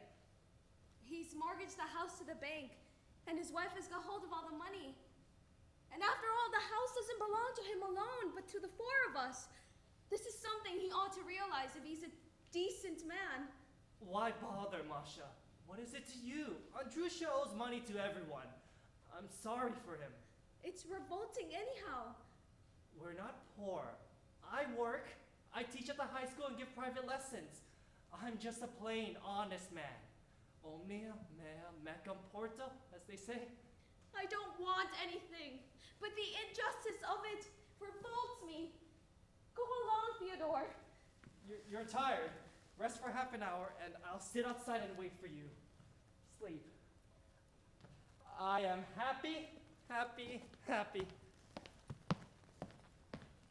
Yes? How shallow our Andre has become. How dull and old he's grown living with that woman. There was a time where he was preparing for professorship, and yesterday he boasted at last becoming a board member of the district board. He, a member of the district board and Protopopov the chairman? The whole town is laughing and talking about it, and he's the only one who neither sees or knows anything. While everyone here just runs to the fire, he simply sits in his room, not taking the slightest notice. Oh, it's awful, awful. I can't bear it anymore. I can't. Turn me out. Turn me out. I can't bear it anymore. What is it? What is it, darling? What is it? Where? Where is it? Where has it all gone? It is. I'm forgetting everything. I have forgotten. It is all muddled in my head. I can't remember how to say window or floor in Italian. I'm forgetting everything every day. I forget, and life is slipping by, never to return, never. I see that we shall never go to Moscow. Darling. Oh, I am miserable. I can't work. I won't work. Enough. Enough. I have been a telegraph clerk at the office, and now I have a job at the town council. And I loathe and despise every single thing they give me to do. I'm nearly 24 already, and my brain is drying up. I've been working a long time. I've grown thin and old and ugly. And there is nothing, no satisfaction of any kind. And I feel that I'm moving away from the real beautiful life, moving further and further into some sort of abyss. I am in despair. Why am I alive? Why haven't I killed myself before now? I don't know. Don't cry, my little one. Don't cry. Hurt me. There. I'm not crying anymore. That's enough. Enough. Enough.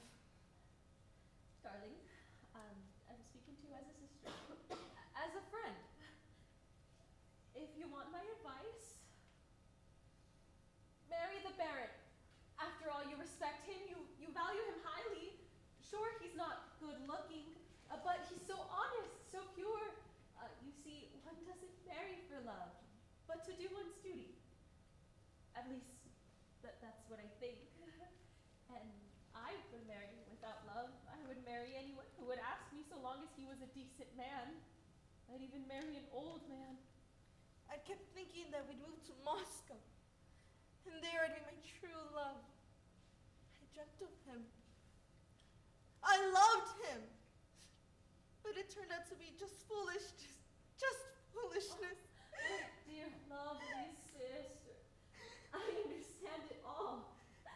When Baron Nikolailovich left the army and came to see us in civilian clothes, he seemed to me so homely that I actually began to cry. He said, "Why are you crying?" How could I tell him? But if it were God's will that he should marry you, I'd be happy. That, you see, would be a different matter.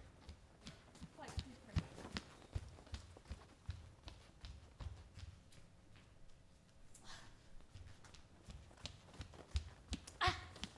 She goes about looking as if it were she who had started the fire. Masha, you were silly. The silliest one in the family is you. Forgive me for saying so. My dear sisters, I want to confess. My soul is in torment. I shall confess to you and never again to anyone. I'll tell you right now. It is my secret, and you must know everything. I cannot remain silent. I love that man. You saw him just now. There it is.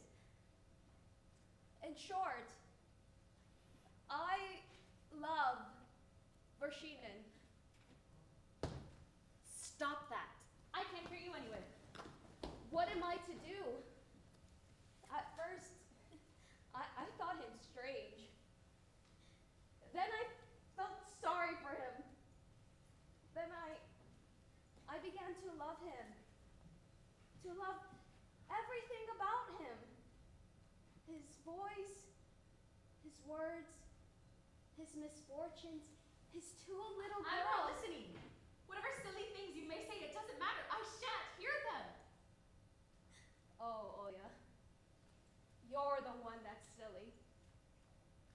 I love him. Such is my fate. Such is my destiny. And he loves me. All this is frightening, isn't it? Is it wrong? Oh, my darling. What will become of us? How are we going to live our life? When you read it in a novel, it just seems so stale and so clear, but when you fall in love yourself, you begin to see that nobody knows anything, and that each of us has to resolve everything for himself. My darlings, my sisters, I have confessed, and now I shall be silent. I shall be Gogol's madman. Silence. Silence. What do you want? I don't understand. I've told you 10 times already, Andrei Sergeyevich. In the first place, I am not Andrei Sergeyevich to you, but your honor. The firemen, Your Honor, are asking permission to drive to the garden, to the river. Otherwise, you have to go round and round. A downright nuisance. All right! Tell them all right! I'm fed up with them. Where's Olga? Come to ask you to give me the key to the cupboard. I've lost mine. You've got one, the little key.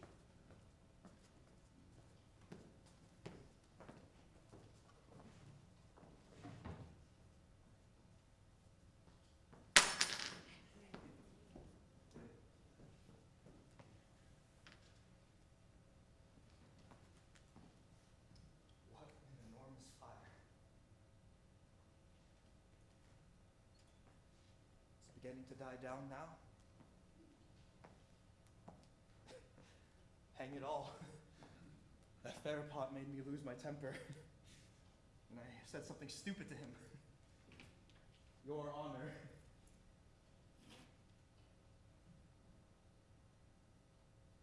Why don't you speak, Olya? It's time you dropped this nonsense and gave up sulking for no reason. You're here. Masha, Irina's here. Well, that's fine. Let's have it out once and for all. What are you holding against me? What is it? Let it rest, Andrusha! Tomorrow we'll have a talk. What an agonizing night. Don't be upset. I'm asking you quite calmly.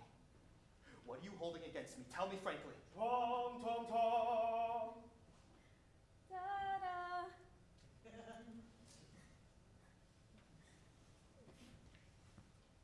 Goodbye, Olya. God bless you. Sleep well. Andre, they're tired. Leave them. You can have it out tomorrow. Yes, really, Andrusha. Put it off until tomorrow. It's time to sleep. I'll just say it and then go. Right now, in the first place, you have something against Natasha, my wife. And I've been aware of this since the very day of my wedding. Natasha is a fine, honest person, straightforward and noble. That is my opinion. I love and respect my wife, you understand? I respect her. And I insist that others respect her too. I repeat, she's an honest, noble person, and all your grievances, if you will forgive me, are mere caprice. In the second place, you seem to be angry because I'm not a professor engaged in academic work. But I serve on the district board, and I consider this service just as high and sacred as serving science. I am a member of the district board, and I'm proud of it if you want to know. In the third place, I have something else to say. I mortgaged the house without asking your permission. In this I am guilty, yes. And I ask you to forgive me. I was forced to do it because of my debts. 35,000 rubles. I am no longer gambling, but the chief thing I can say to justify myself is that you girls, you receive a pension while I have no emolument, so to say. Masha not here? Where could she be? That's strange.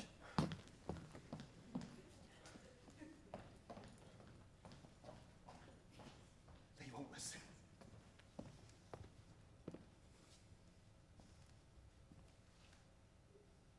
Natasha is a superior, honest person.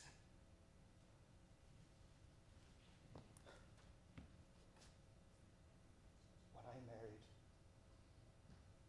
I thought we should be happy.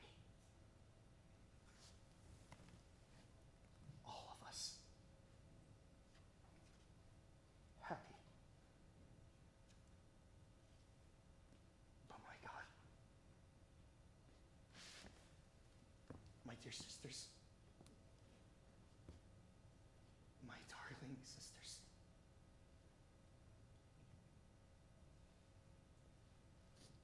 Don't believe me. Don't believe me.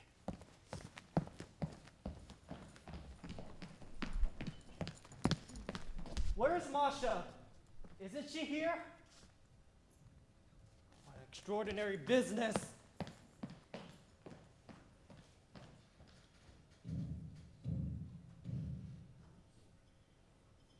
Olya, who is that knocking on the floor? It's the doctor, Ivan Romanich. He's drunk. What a troubled night. Olya, have you heard the brigade is going to be taken from us? Transferred to some place far away. That's only a rumor. We shall be alone then.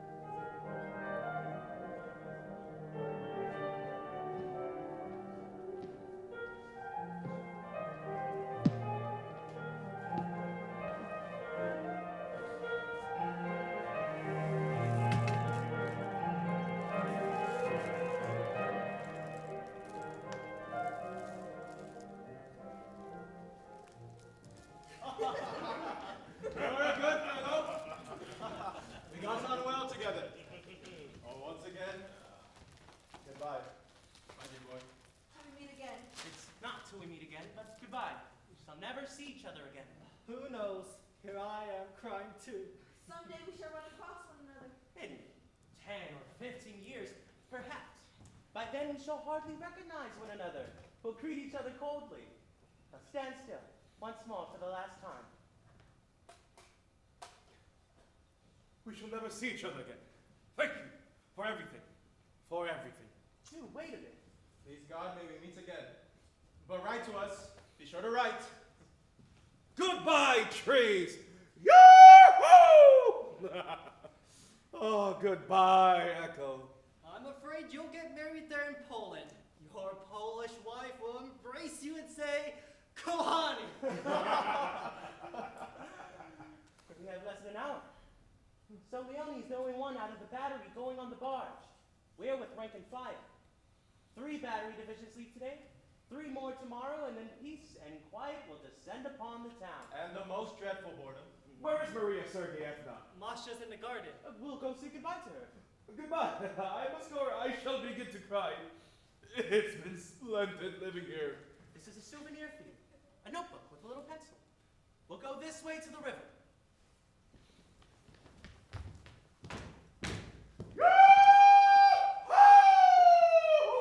Goodbye! So long. They are gone. They forgot to say goodbye to me. Well, what about you? I forgot too, somehow. However, I'll see them soon. I'm leaving tomorrow. Yes, one more day. In a year, I'll come back to you. Yes, one little year left before I get my pension. In a year, I'll come back to you and change my life radically. I'll be such a quiet, well-behaved, agreeable man. Yes, you really ought to change your life, my dear. You really should somehow. Yes, I feel that. Tararabuntie, sit on the curb I made. Incorrigible, Ivan Romanich. Incorrigible. Oh, you ought to have taken me in hand. Then I'd have been reformed. Theodore has shaved off his mustache. I can't bear to look at him. Why? Oh, I could tell you what your physiognomy looks like now. But I won't. Well, it's the accepted thing. Modus vivendi. Our director shaved off his mustache, and as soon as I became an inspector, I shaved off mine too. Nobody likes it, but I don't care. I am content. With a mustache or without a mustache, I am equally content. Dear Ivan Romanich, I'm dreadfully worried. You were on the boulevard yesterday. Tell me what happened there. What happened? Nothing. Nothing happened. Nothing worth talking about. Besides, it doesn't matter. What they're saying is that Soleone and the Baron met yesterday on the boulevard near the theater. Stop it! Now why? Brilliant. Near the theater, Soleone began badgering him, and the Baron wouldn't stand for it and said something that offended him. I don't know. It's all nonsense. In a certain seminary, a teacher wrote nonsense on a composition, and the pupil, thinking it was written in Latin, read consensus. Terribly funny.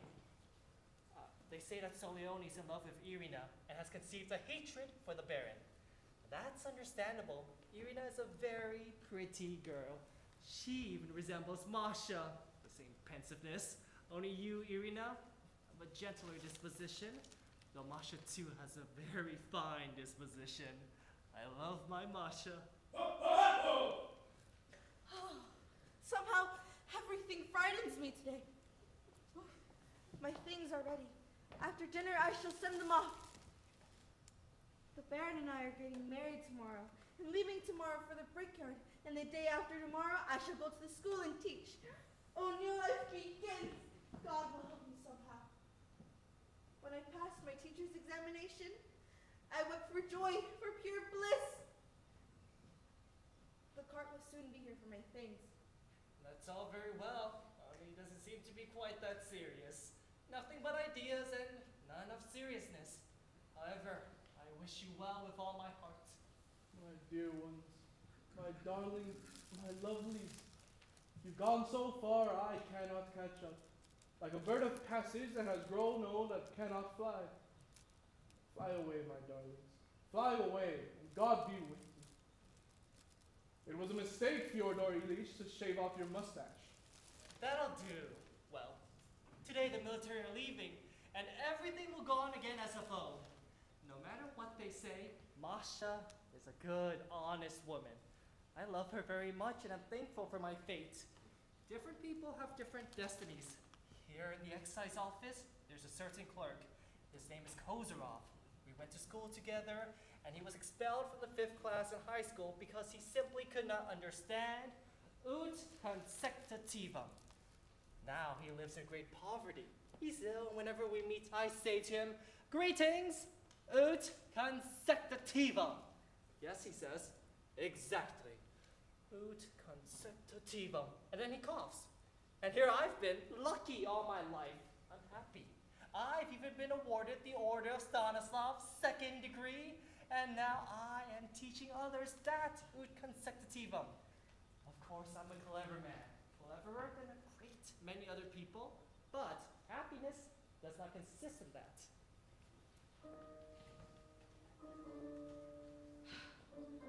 Tomorrow evening I shall not be hearing that maiden's prayer, and shan't be meeting Protopopov. Protopopov is sitting in the drawing room. He came again today. The headmistress is not here yet. No, but they have sent for her. If only you knew how hard it has been for me living here without Olya. She lives at the high school as headmistress. She's busy all day long. I'm alone. I'm bored. I have nothing to do. And the very room I live in is hateful to me. So if it's not destined for I to be in Moscow, so be it. It is fate. There is nothing to be done. It is God's will. That is the truth. Nikolai Lovich proposed to me. Well, I thought it over. He's a good man. It is really amazing how good he is. And suddenly, it was as though my soul had grown wings, and I rejoiced and grew lighthearted and again had the longing for work. Only something happened yesterday. Some sort of mystery is hanging over me. Consensus nonsense. The headmistress! The headmistress has arrived. Let us go.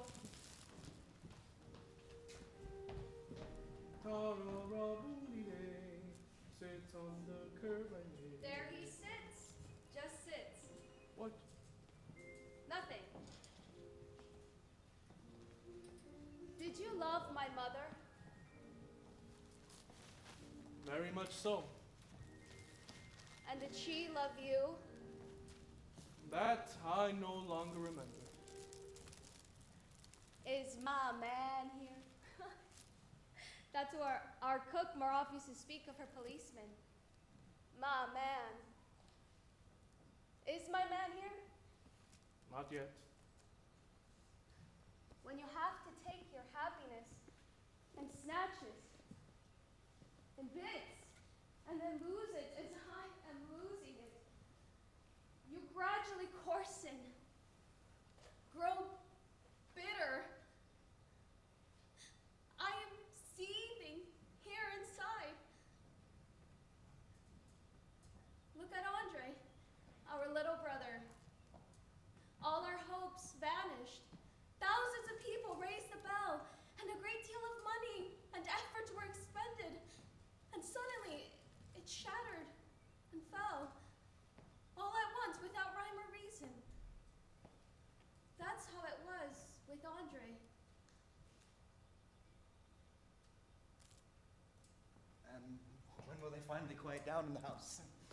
Such noise. Soon. My watch is an old-fashioned one. It strikes. The first, second, and fifth batteries leave at 1 o'clock sharp. And tomorrow I go. For good. Who knows?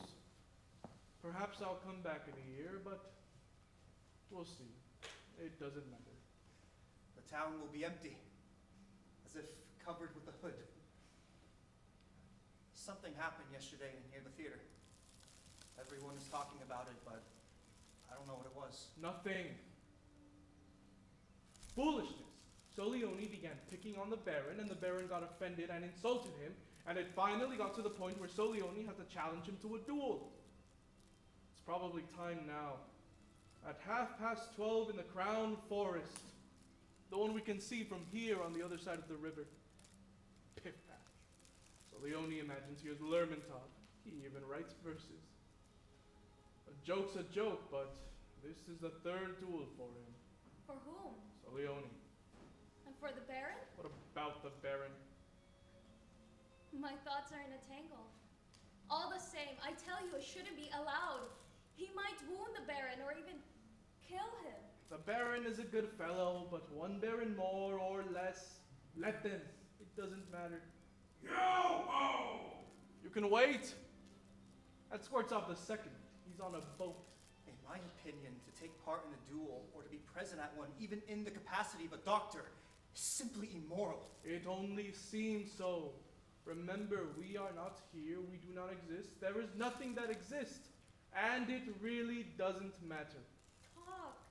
Talk all day long. Nothing but talk. To live in such a climate when you keep thinking it's going to snow at any moment. And on top of these conversations.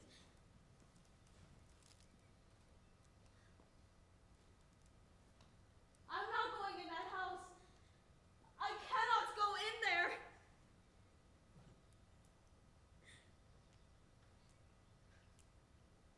When Vershinin comes, let me know.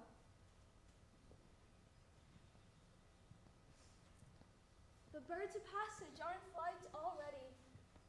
Swans or geese, my dear happy birds. Our house will be empty. You are going. The officers are leaving. My sister is getting married. And I shall be left alone in the house. And your wife? A wife is a wife. She's honest, good, well, kind, but for all that, there's something in her that reduces her to the level of a small, blind, sort of thick-skinned animal. In any case, she's not a human being. I'm speaking to you as a friend. The only person to whom I can open my heart. I love Natasha, it's true. But sometimes she seems to me extremely vulgar. And then I feel lost. And I don't understand why, for what reason, I love her so. Or at least I did love her. I'm going away tomorrow, boy.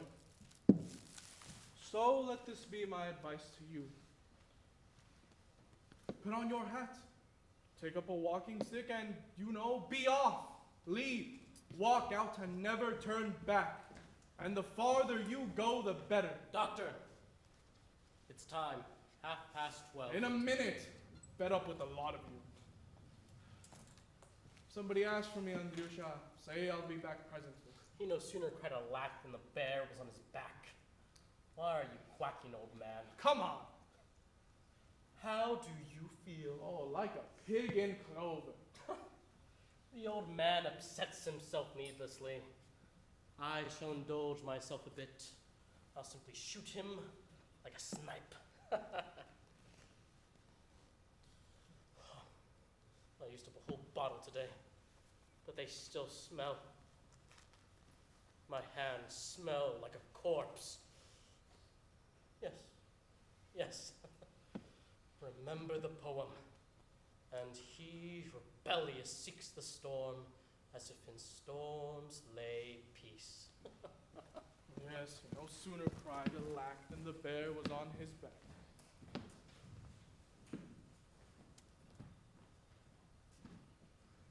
Papers to sign.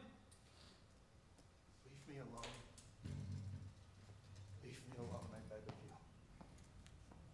What are papers for, if not to be signed?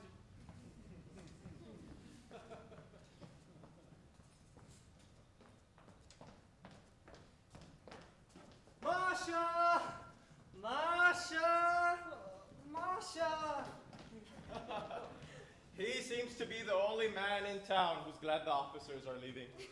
That's understandable. Our town is going to be empty now. Dear, I'll be back shortly. Where are you going? I must go into town to see my comrades off. That's not true. Nikolai, why are you so distracted today? Tell me what happened near the theater. I'll come back in an hour and be with you again. My beloved, it's been 5 years now that I have loved you, and I still can't get used to it. And you seem always more beautiful to me. Oh, what lovely, wonderful hair. What eyes. Tomorrow I shall carry you off. We'll work and be rich, and my dreams will come true. You shall be happy. There's only one thing. Only one. You do not love me. That is not within my power. I shall be your wife, be faithful and obedient, but it's not love. I have never in my life been in love. Oh, how I dreamed of it for a long time, day and night. But my soul is like a fine piano that is locked and the key lost. You look troubled. I haven't slept all night. There's nothing so terrible in my life as to frighten me. Except that lost key racks my soul and will not let me sleep. Tell me something. Tell me something. What? What shall I say what? Something. Don't. Oh, what trifles. Oh, what silly little things in life will suddenly, for no reason at all, take on meaning. You laugh at them, just as you've always done, consider them trivial. And yet you go on, and you feel you haven't the power to stop. Oh. Let's not talk about that. I feel elated. I see these fir trees, these maples and birches as if for the first time. And they all gaze at me with curiosity and expectation.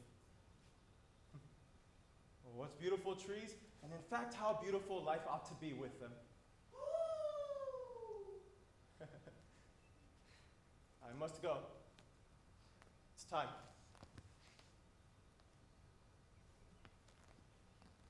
There's a tree that's dead, but it goes on swaying in the wind with the others.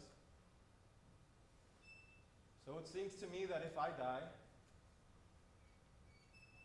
I'll still have a part in life, one way or another.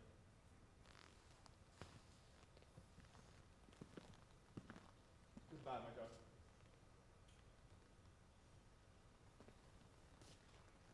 The papers you gave me are on my table, under the calendar.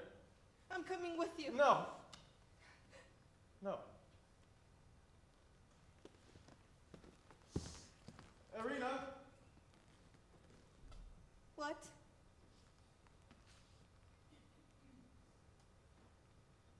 I haven't had any coffee this morning. Ask them to make me some.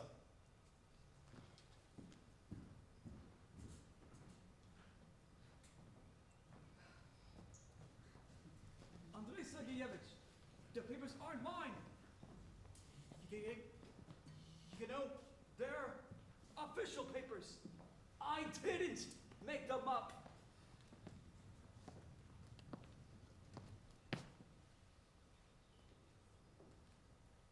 Oh, where is it? Where is it all gone? My past. When I was young, gay, clever. When I dreamed and thought with grace. When my present and my future were lighted up with hope. Why is it? When we have barely begun to live, we grow dull, gray, uninterested, lazy, indifferent, useless, unhappy. Our town has been in existence now for 200 years. There are 100,000 people in it, and not one who isn't like all the others. Not one saint, either in the past or in the present. Not one scholar, not one artist. No one in the least remarkable who can inspire envy or a passionate desire to imitate him. They just eat, drink, sleep, and then die. Others are born and they too eat, drink, sleep, and they keep themselves from being stupefied by boredom. They relieve the monotony of life with their odious gossip, with vodka, cards, chicanery, and the wives deceive their husbands.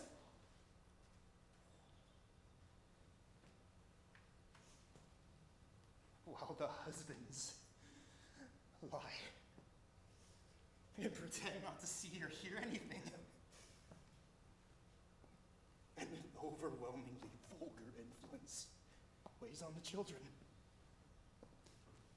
And they become the same pitiful, identical corpses as their fathers and mothers. What do you want? How's that? Papers to sign. I'm fed up with you. The board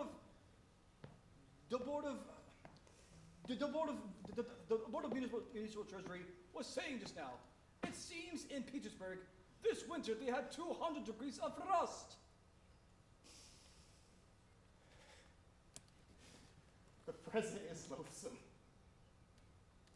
But when I think of the future, how good it is,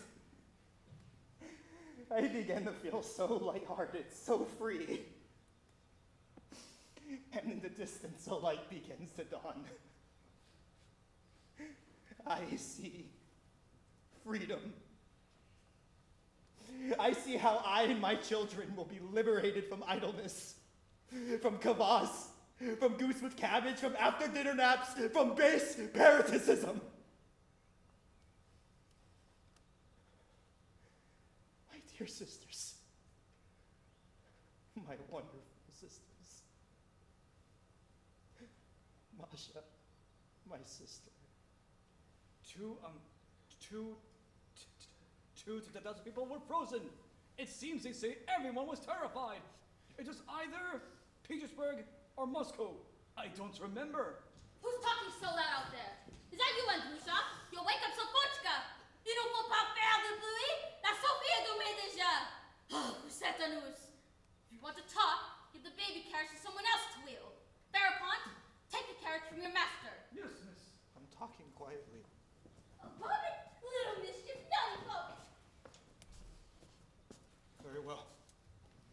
I'll look through the necessary papers and sign them, and you can take them back to the board. Bobby, what's Mama's name? Darling, darling. And who's this? It's Auntie Olia. Say hello to Auntie Olia.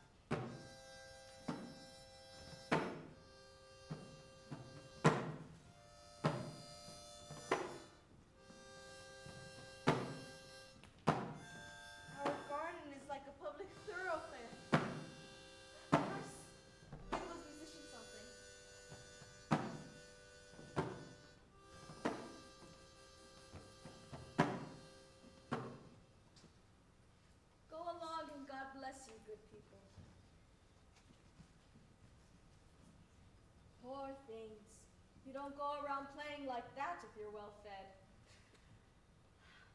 Good day, Risha. Hey, little one, what a life I'm having. What a life. Living at the high school with Olyusha. That's what God has granted me in my old age. Never in my life have I lived like this sinner that I am.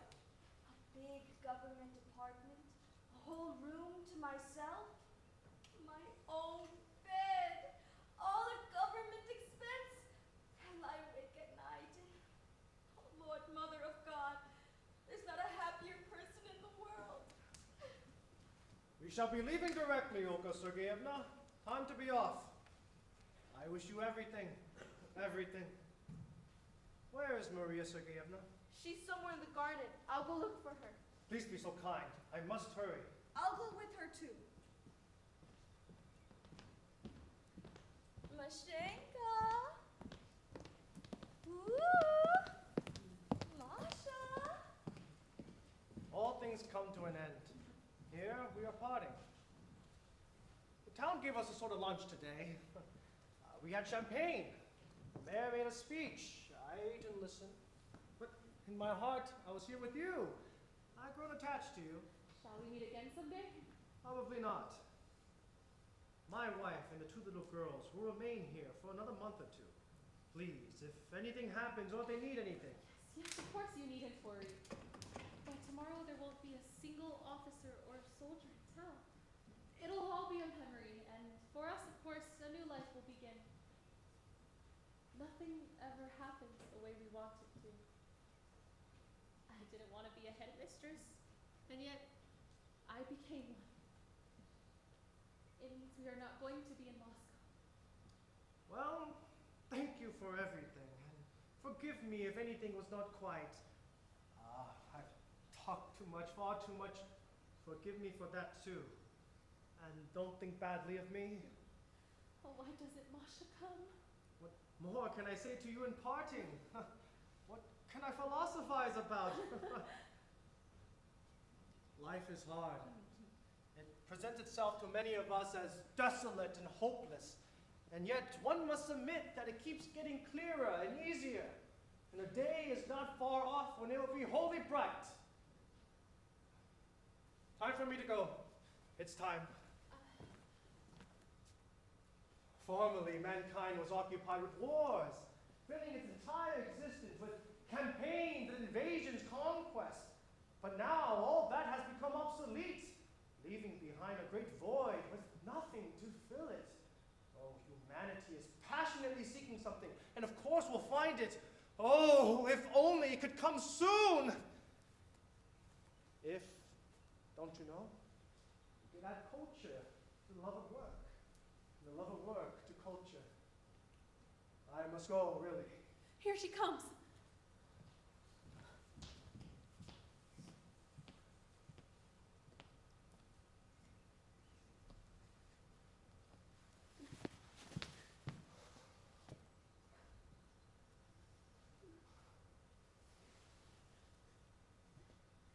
Goodbye.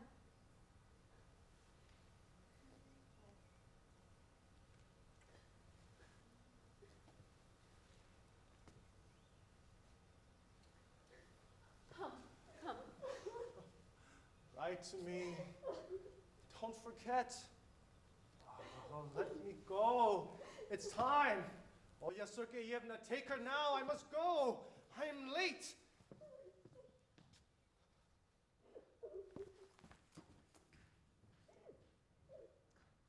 Calm yourself, Masha. Stop fighting.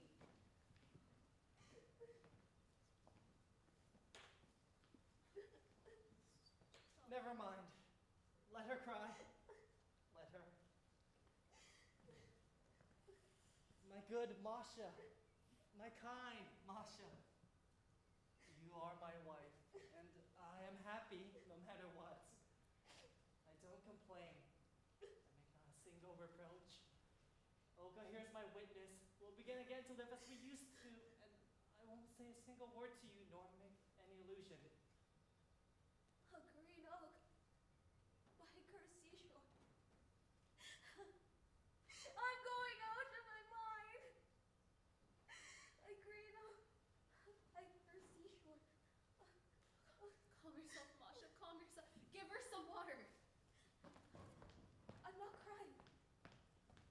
She's not crying. She's good. A green oak by curved seashore. A green cat. A green oak. I'm mixing it up.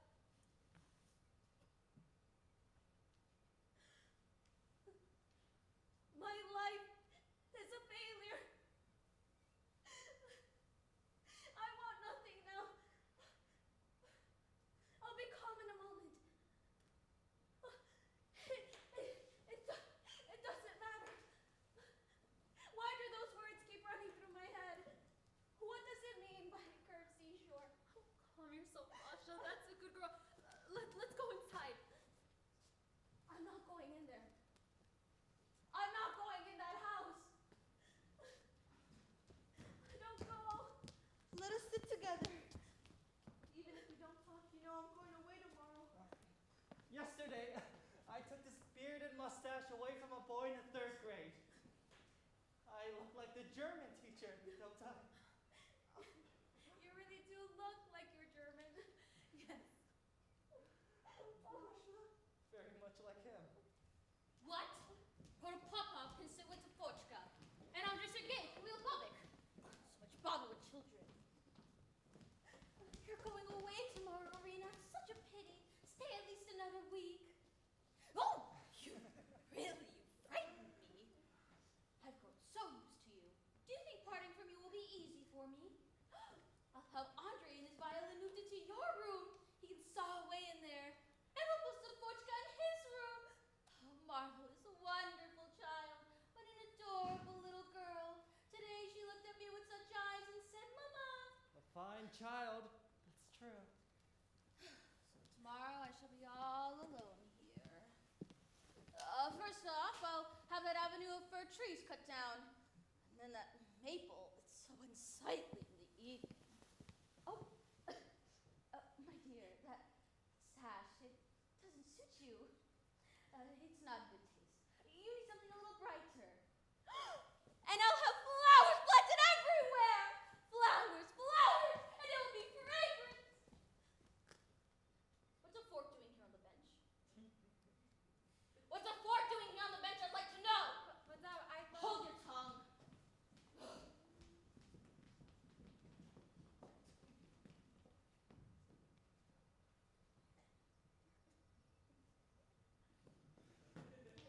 Off she goes again. They are leaving. Our friends are leaving. Well, a happy journey to them.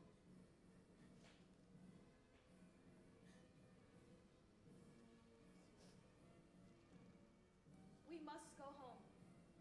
Where are my hat and cape? I took them to the house. I'll get them right away. Now we can all go home. It's time. Olga Sergeyevna, What is it?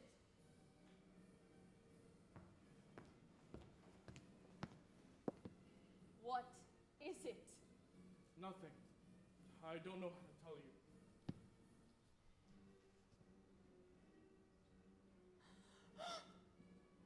It's not possible. Yes, what a business. I'm worn out, completely exhausted. I don't want to talk anymore. Besides, what does it matter? What has happened? This is a terrible day.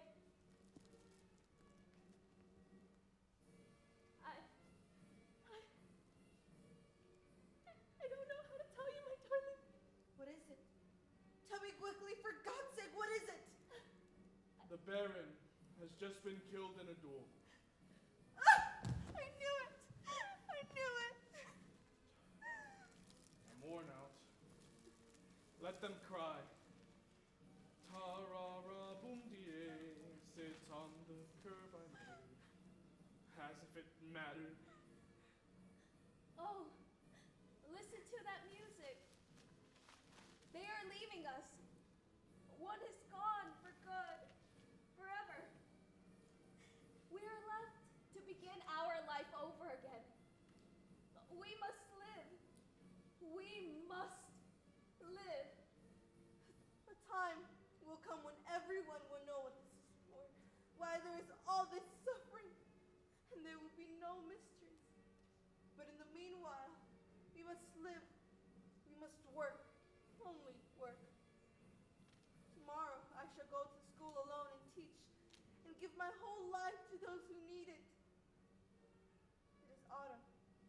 Soon winter will come and cover everything with snow. And I shall go on working. Working. The music plays so gaily, so valiantly. One wants to live. Oh my God. Time will pass and we'll be gone forever. We'll be forgotten. Our faces will be forgotten. Our voices and how many there were of us. But our sufferings will turn into joy for those who live after us.